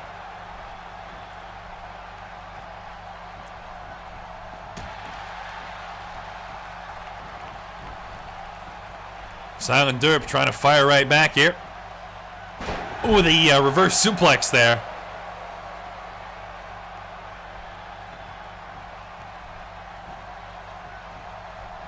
CJ back on his feet though. Putting Silent into the corner. And now CJ Ooh, Grove Street Slam into the corner. Goes for the cover one more time. Gets another 2 count. RoboCop breaks it up.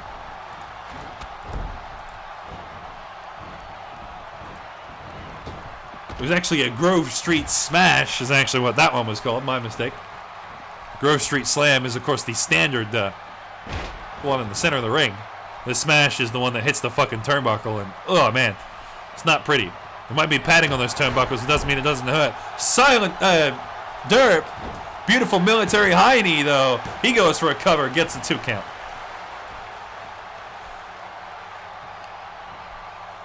Well, he's definitely not in the fuck of this matchup yet, mate.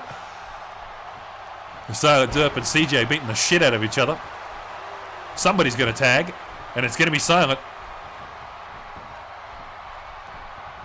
No, not quite. CJ got back to his feet. He really wants to make sure he's down on the ground before he goes to that tag. RoboCop now getting tagged in here. Ooh, quick slam there by CJ. Not quite a thugnificent. And now he goes to the tag. Big Smoke now rolling through. Well, hang on. RoboCop tagging right back. He wasn't in the ring for very long. With a big right hook and kick from Big Smoke, though.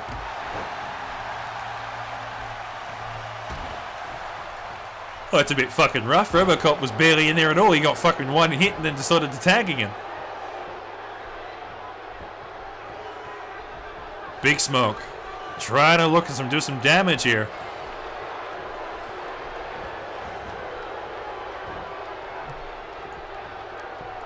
Oh, and a quick alley-oop there.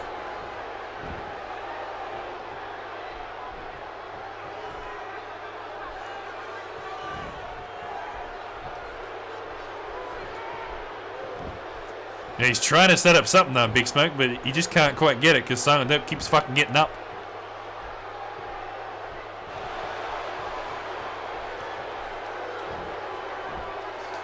Oh, and a huge throw there by Big Smoke. Trying it one more time. And here we go. 2 number 9s. Finally gets the setup. Oh, that big boot just putting down Silent there. Big Smoke using the weight to his advantage, just stepping over Silent.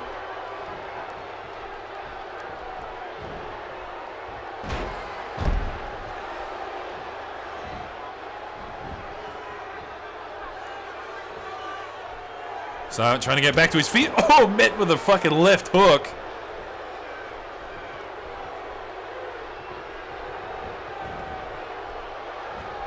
Big Smoke continuing the momentum on his side. Goes for another alley-oop.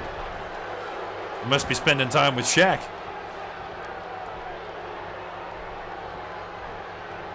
Big Smoke, yep, looking for the tag. Gets CJ in now.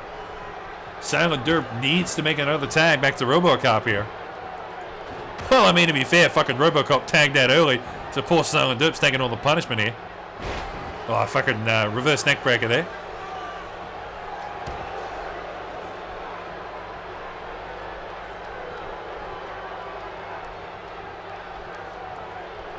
CJ going over to the corner. Big Smoke tags back in. With a tag teammate over here. Double suplex. Oh, fucking Silent's gonna be feeling that one, mate.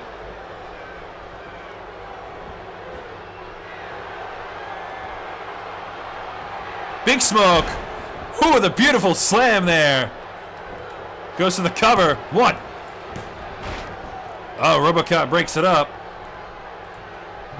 That was actually a number 6 with dip. With a big hit there. And now Big Smoke going over the top rope here.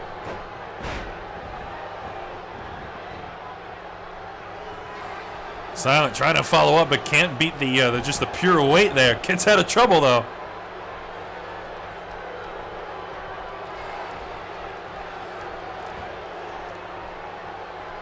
Big Smoke with a big slam now.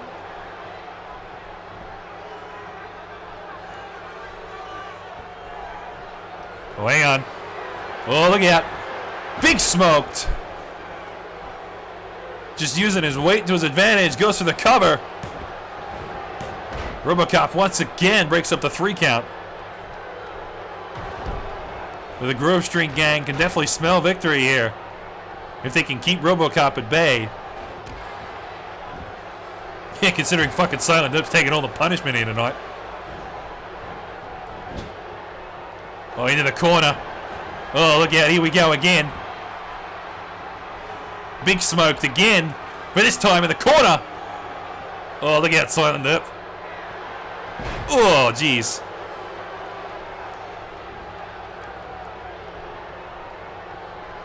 Big Smoke putting him in the center of the ring. Goes to the cover. RoboCop's going to break it up again at the 2 count.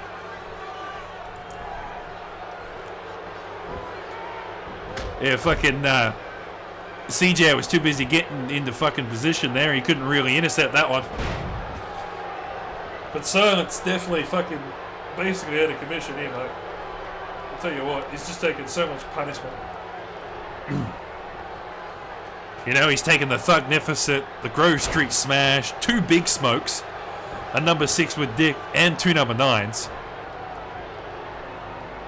Like, I'm surprised fucking RoboCop still managed to get these fucking pin covers.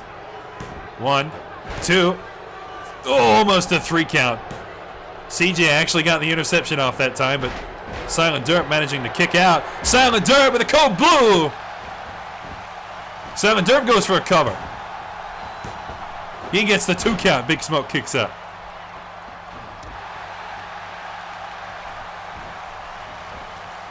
Silent Derp finding a last bit of energy here. Gets off that cold blue out of nowhere. Slowly getting back to his feet. He hasn't got a tag partner to tag to. Big Smoke taking advantage here. Ooh, military press slam. Big Smoke now tagging back to CJ.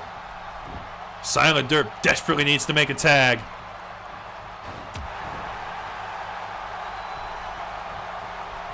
Silent Derp gets some breathing room here with a quick scoop slam.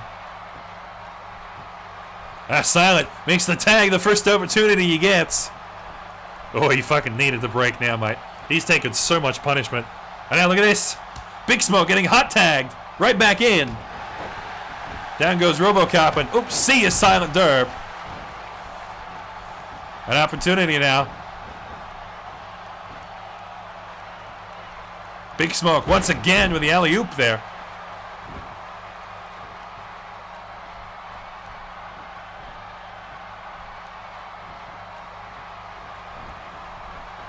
Silent Derp back to his feet now. Big Smoke. Looking to set it up once again. 2 number 9s. But now he's done two number 9s. Well, that makes 4 number 9s, wouldn't it? That's quick math. RoboCop tries to get out of trouble there. Oh, the quick slam there.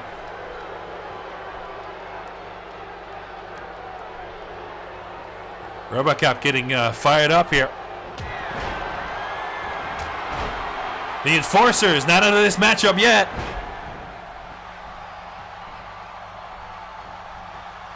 RoboCop now trying to make up for lost ground. Silent Derp did all the work earlier. And now RoboCop looking to finish it off. Here we go, mugshot coming through. Well, I'm sure that's not the fucking first mugshot like Big Smoke's got. That's for certain. RoboCop with the cover now. Gets the 2 count. CJ breaks it up. Yeah, the thing with those pin interceptions, mate, is Silent Derp, he's not going to be the fastest spring chicken, that's for certain. So, if RoboCop's going to go for a pinfall, he's really going to be lucky with the interceptions from Silent Derp here. Silent Derp trying to go in early. Ref stops him. RoboCop with a truth or consequences. Sorry, true conviction. Another cover here. CJ gonna break it up again at the 2 count.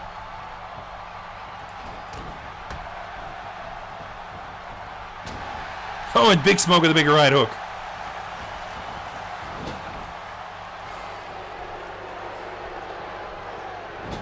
Big Smoke's got RoboCop in the corner. This is where we had Silent Dirt last time.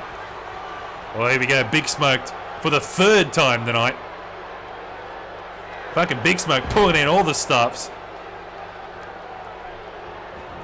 And now Big Smoke with a quick cover here. 1, 2, 3. There's the bell, and that's all she wrote. Yeah, could the Grove Street Gang fucking deserve to win that one, mate. The amount of damage they did was insane, especially Big Smoke. He fucking carried. Like, they deserve to win that one.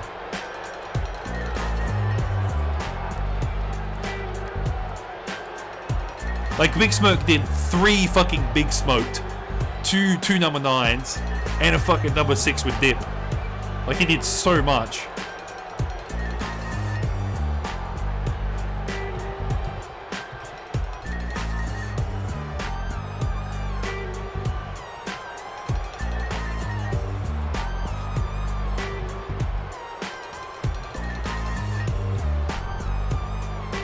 I definitely like the new moves from Big Smoke. They actually work really well.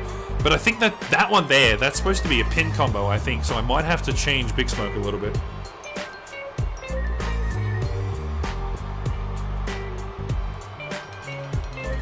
Just give him a quick tweak.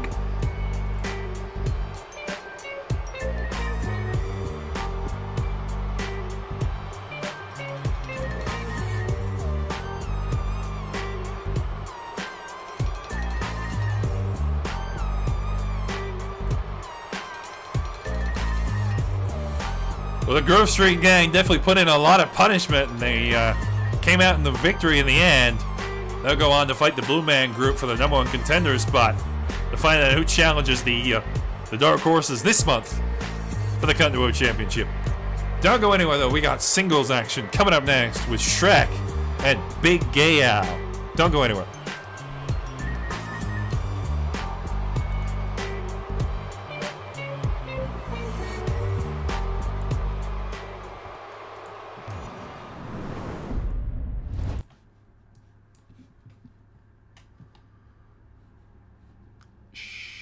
There it is.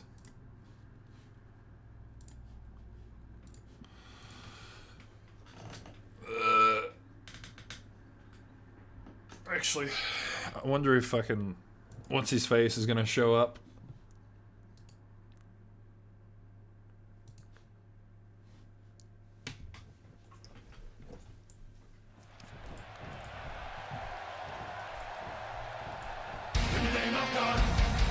Wait a minute. We're about to get underway here, but Leon decides he wants to come down the ringside to have a chat.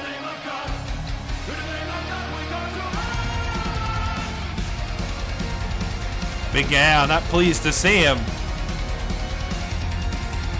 We've seen how this one goes. Well, here we go again, I suppose.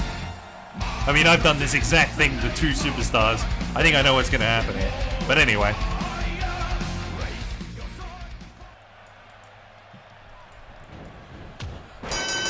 There's the bell. Shrek starting us off strong with that huge clothesline there.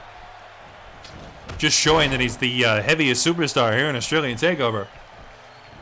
Yeah, fucking, what, 561 pounds. There are very few superstars that hold a candle to that. The only ones are, what, Terminator, fucking Senator Armstrong, all the fucking big blokes. There's very few super heavyweights in this business, and Shrek, he's the biggest heavyweight of them all, that's for certain. Sorry, super heavyweights, I should say. Another big clothesline there from Shrek. Although, despite his size, Shrek actually hasn't got that good of a win rate. No, actually, Shrek actually had a lose rate. He actually lost like 8 matches in a row, I think, before he finally started winning matches, and I think that was against fucking Pikataro or something. He's had 26 matches, right? Only 10 wins, so it's 38%. Which, given his credit, that's actually not terrible, considering he lost like fucking 9 matches in a row, and then he had to come back from that deficit. So between the 9 losses and now, he's only lost 6 matches. So that's not too bad. Sorry, 7 matches, and he had to win 10. So if he had a 10-7, well, he'd be like 60%. It'd actually be a really good win rate. But because of those 9 fucking straight losses he had in the beginning, it really sort of hurt his chances. Now he does pretty well, though, I reckon. You know, he does decently enough. He hasn't won a championship yet, but I'm sure he might eventually. He missed the cut for our True Blue Championship last year, but if he does well enough this year, well, he's certainly in with a shot, that's for certain. Yeah, Shrek, of course, missed the cut for the True Blue Championship last year. Meanwhile, Big Gay Al was seed number 7 due to his high win rate and, of course, the 3-time Cut Duo champion. However, he lost in the first round thanks to an upset by Leon the Crusader, who, of course, we see sitting next to us here at the commentary desk. As we say, anything goes in Australian Takeover. Big Gal trying to pull off some moves here. There we go, gets the Hurricanrana off. Trying to use his speed to his advantage because he can't pick up Big Gal. Sorry, he can't pick up Shrek.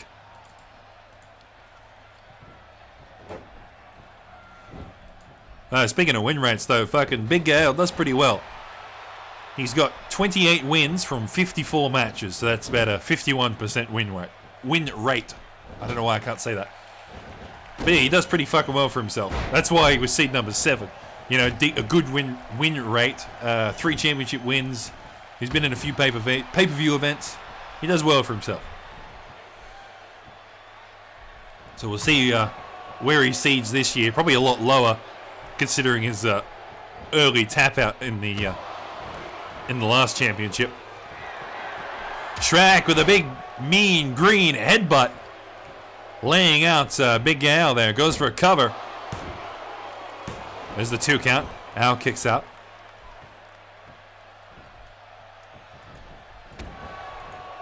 Shrek with a big right hook there.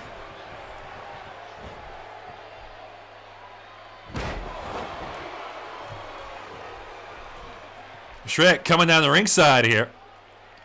Well, I think someone's about to get put through a fucking table, mate.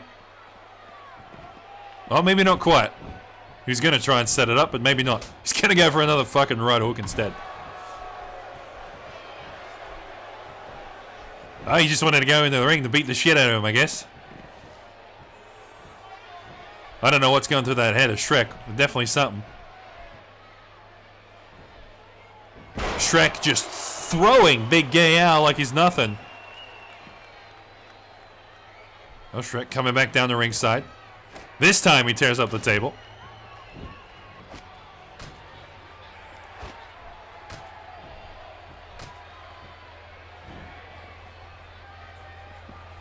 Well, Big Al got lucky there. Shrek throwing him in a different direction.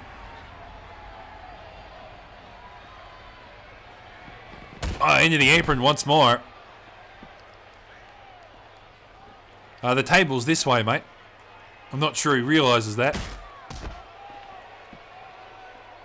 Or maybe he just wanted to trash the table just because he can. But it's a good thing we've got a fucking countdown, otherwise he probably would have done that forever. Big Al slowly getting back to his feet to the 7 count. And now back inside the ring. Ooh, Big Al almost getting a Gay Rider off there. Gets the drop kick instead. And there it is, the stylish leg drop. And now goes for a cover. Gets the 2.5 count. Shrek with the kick out.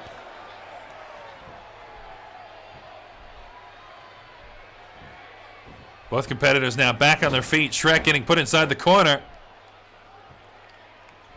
And now Leon running distraction tactics here. Oh, we've seen this plenty of times before, mate. Hell, I've done this twice to fucking Senator Armstrong. We know what happens now. Look, here comes Shrek. Big Al turns around. Fucking bang.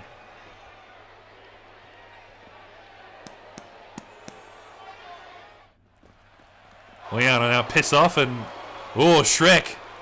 Hang on, he's going for a choke slam. We're on the outside here. Oh, no, not quite. He baited us all with that one. He looked like he was going for the choke slam, but he decided not to in the end. Throws him into the steel steps instead, though. Now reaching the 4 count, of course. This is a normal singles match. There are countouts and there are disqualifications. Pinfall or submit your opponent inside the ring. Yeah, good old-fashioned wrestling, basically. Big Al still stunned after that one, but he's back inside the ring now. Big Al. There he goes. Gay Rider manages to hit the mark. And now shoulders it down. 1, 2. No, the 2 count. Shrek getting the kick out there.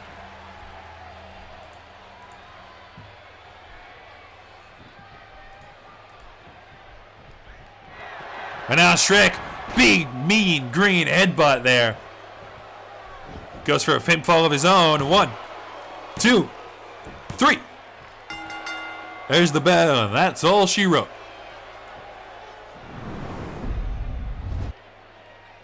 Where the fuck is Shrek? There he is. Somebody once told me the world is gonna roll me. I ain't the sharpest tool in the shed. She was looking kind of dumb with her finger and her thumb in the shape of an L on her forehead. Well, the years start coming and they don't stop coming. Fed to the rules and I hit the ground running. Didn't make sense not to live for fun. Your brain gets smart but your head gets dumb. So much to do, so much to see. So what's wrong with taking the back streets? You'll never know if you don't go. Shrek with a solid victory there, although he did get a little bit of help from Leon the Crusader. I mean, hey, a win's a win, mate. Can't really refute that, I suppose. Shrek certainly helping his statistics there. Don't go anywhere, though. Our main event's coming up next. A Fatal 4-Way right after this.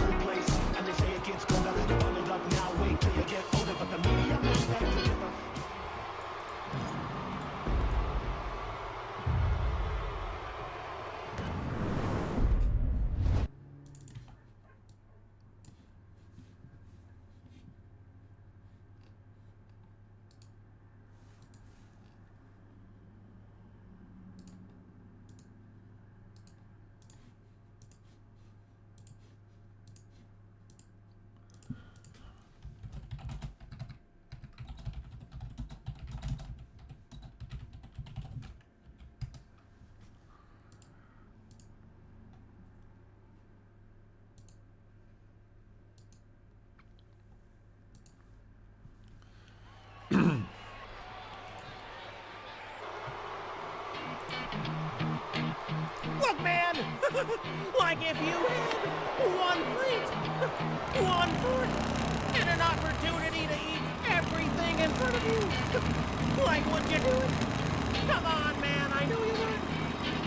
His palms are sweaty, knees weak, arms are heavy. There's vomit on my smoothie already. Mom's spaghetti, he's nervous, but on the surface, he's all spaghetti to drop farts. But he keeps on forgetting what The following Fatal 4-Way is scheduled for one fall. Introducing first, from Coolsville, Ohio, weighing in at 170 pounds, he is the True Blue Champion, Shaggy.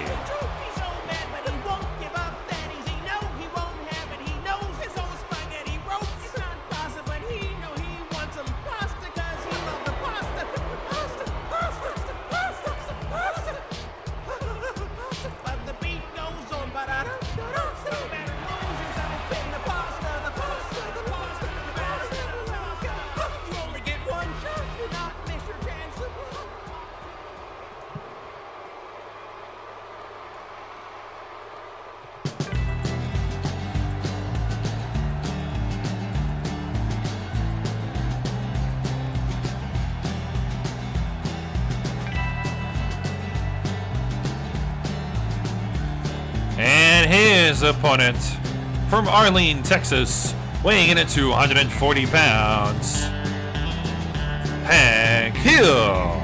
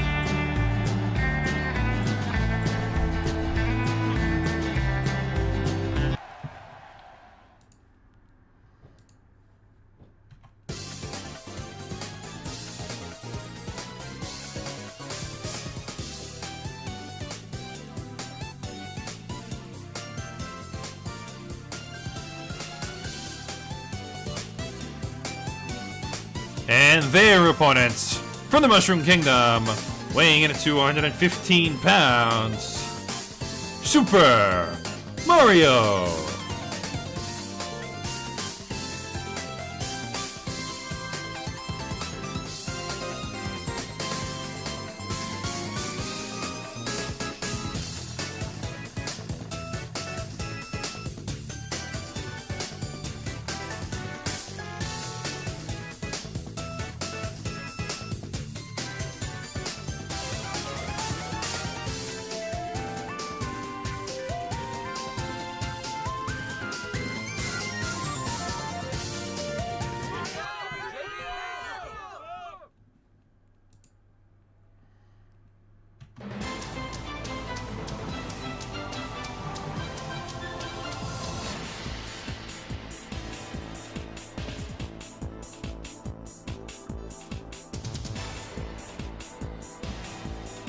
And their opponents for the United States, weighing in at 175 pounds, Solid Snake.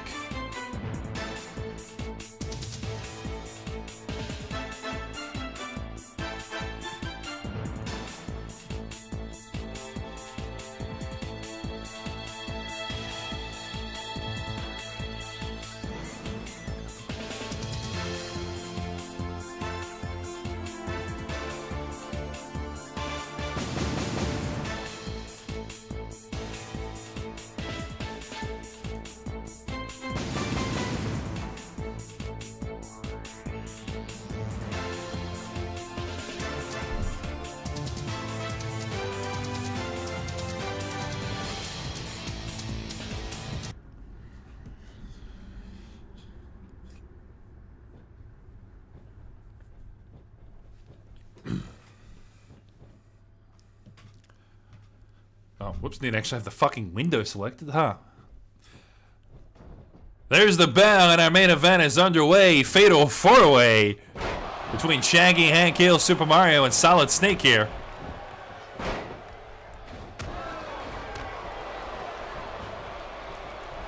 Shaggy, of course, the current Turbo champion, and Super Mario, a former Duo champion and former Boomerang champion. With the two belt holders in there tonight. Joined, of course, by Hank Hill and Solid Snake, who've definitely had some impressive moments of their own. Hank Hill, of course, has become was runner-up in the Night of Champions Tag Team Championship with Coach and as the Texas Boys up against the Enforcers. Meanwhile, Solid Snake had an impressive rivalry with Senator Armstrong, much like what you did, Bruce. Yes, fucking Solid Snake was the first one to actually have a rivalry with Armstrong back in Season 2. Not the first rivalry with Armstrong, but his first rivalry was with Armstrong. And I'll tell you what, that's an impressive feat to fucking pick. Well, Solid Snake pretty much proceeded to piss everybody off when they had a tag team match and Solid Snake fucking walked out on him. And then after that, actually more recently, funny enough, Solid Snake has been having back and forth with Donald Trump. Donald Trump was trying to recruit him for the longest time, failing to do so, managing to recruit Senator Armstrong instead, his rival. Then, of course, after Donald Trump beat the shit out of Solid Snake so many times, apparently the fans started to like him. I don't know how they do, but they do.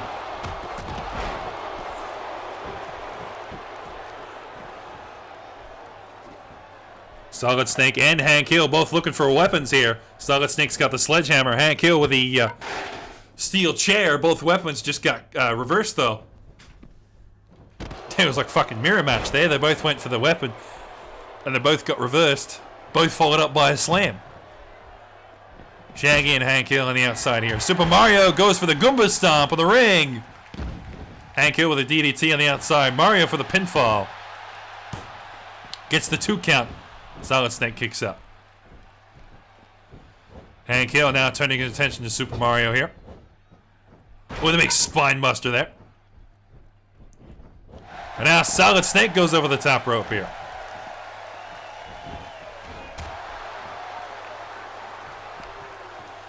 Super Mario now scheduling with Shaggy in the center there. Oh, with a quick slam right into that sledgehammer. Oh, I tell you what, it doesn't do your back any favors if you slam on that fucking sledgehammer.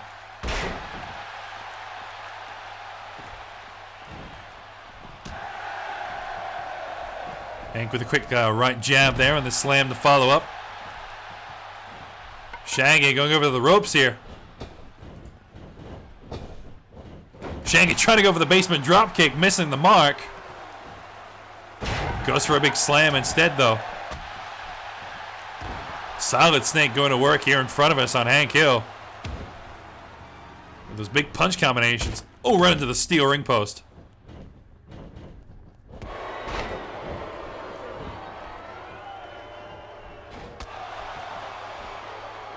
Solid Snake putting Hank Hill over on the barricades here. Ooh, just this consecutive right hooks there. Of course, the winner of this goes to fight on for the Boomerang Championship at Money in the Bank.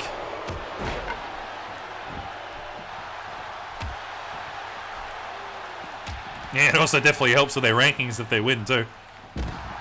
I mean, it's no surprise you fucking win a fatal four-way and you've proven you're definitely good shit.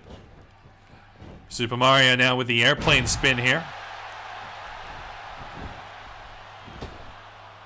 Super Mario just dropping right in the middle of Solid Snake and Hank Hill.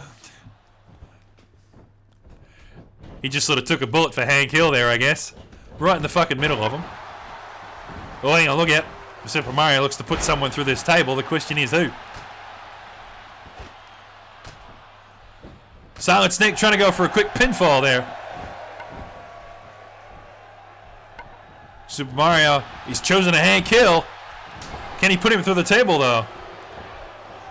Meanwhile, Solid Snake and Shaggy, of course, in the center of the ring there. Remember, no countouts, no disqualifications. You must win by pinfall or submission on any of your opponents inside the ring. Shaggy with a mystery machine. He goes for the pinfall. 1, 2, 3. There's your bell, and that's all she wrote.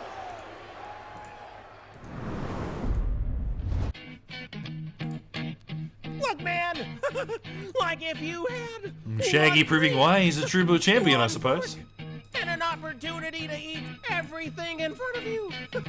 Like, would you do it? Come on, man, I know you would. His palms are sweaty, knees weak, arms are heavy. There's vomit on my Scooby already. Mom's spaghetti, he's nervous, but on the surface, he's all spaghetti to drop farts. But he keeps on forgetting what he wrote down. The whole crowd goes so loud. He opens his mouth, but the food won't come out. He's joking how? Everybody's joking now. The clock's run out, time's up, overblown. Step back to reality. Oh, there goes gravity. Oh, there goes Scrappy. He choked, he's so mad, but he won't give up. That easy. Oh, Shaggy just might have two belts at the same time. It's not pasta, but he know he wants some pasta, cause he loves the pasta.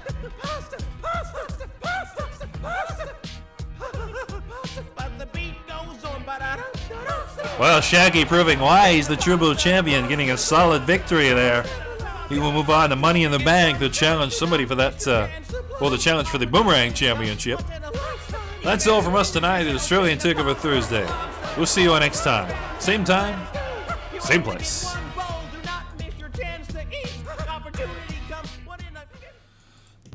Okay, so that actually is the end because we've done 12 matches, 2 shows. So,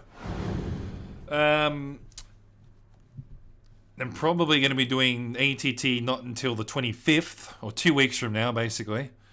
And then 2 days after that will be the pay-per-view event. So the normal schedule, basically. Because I might be going to TAFE next week, but I'm not entirely sure. Or community college, or whatever you want to call it.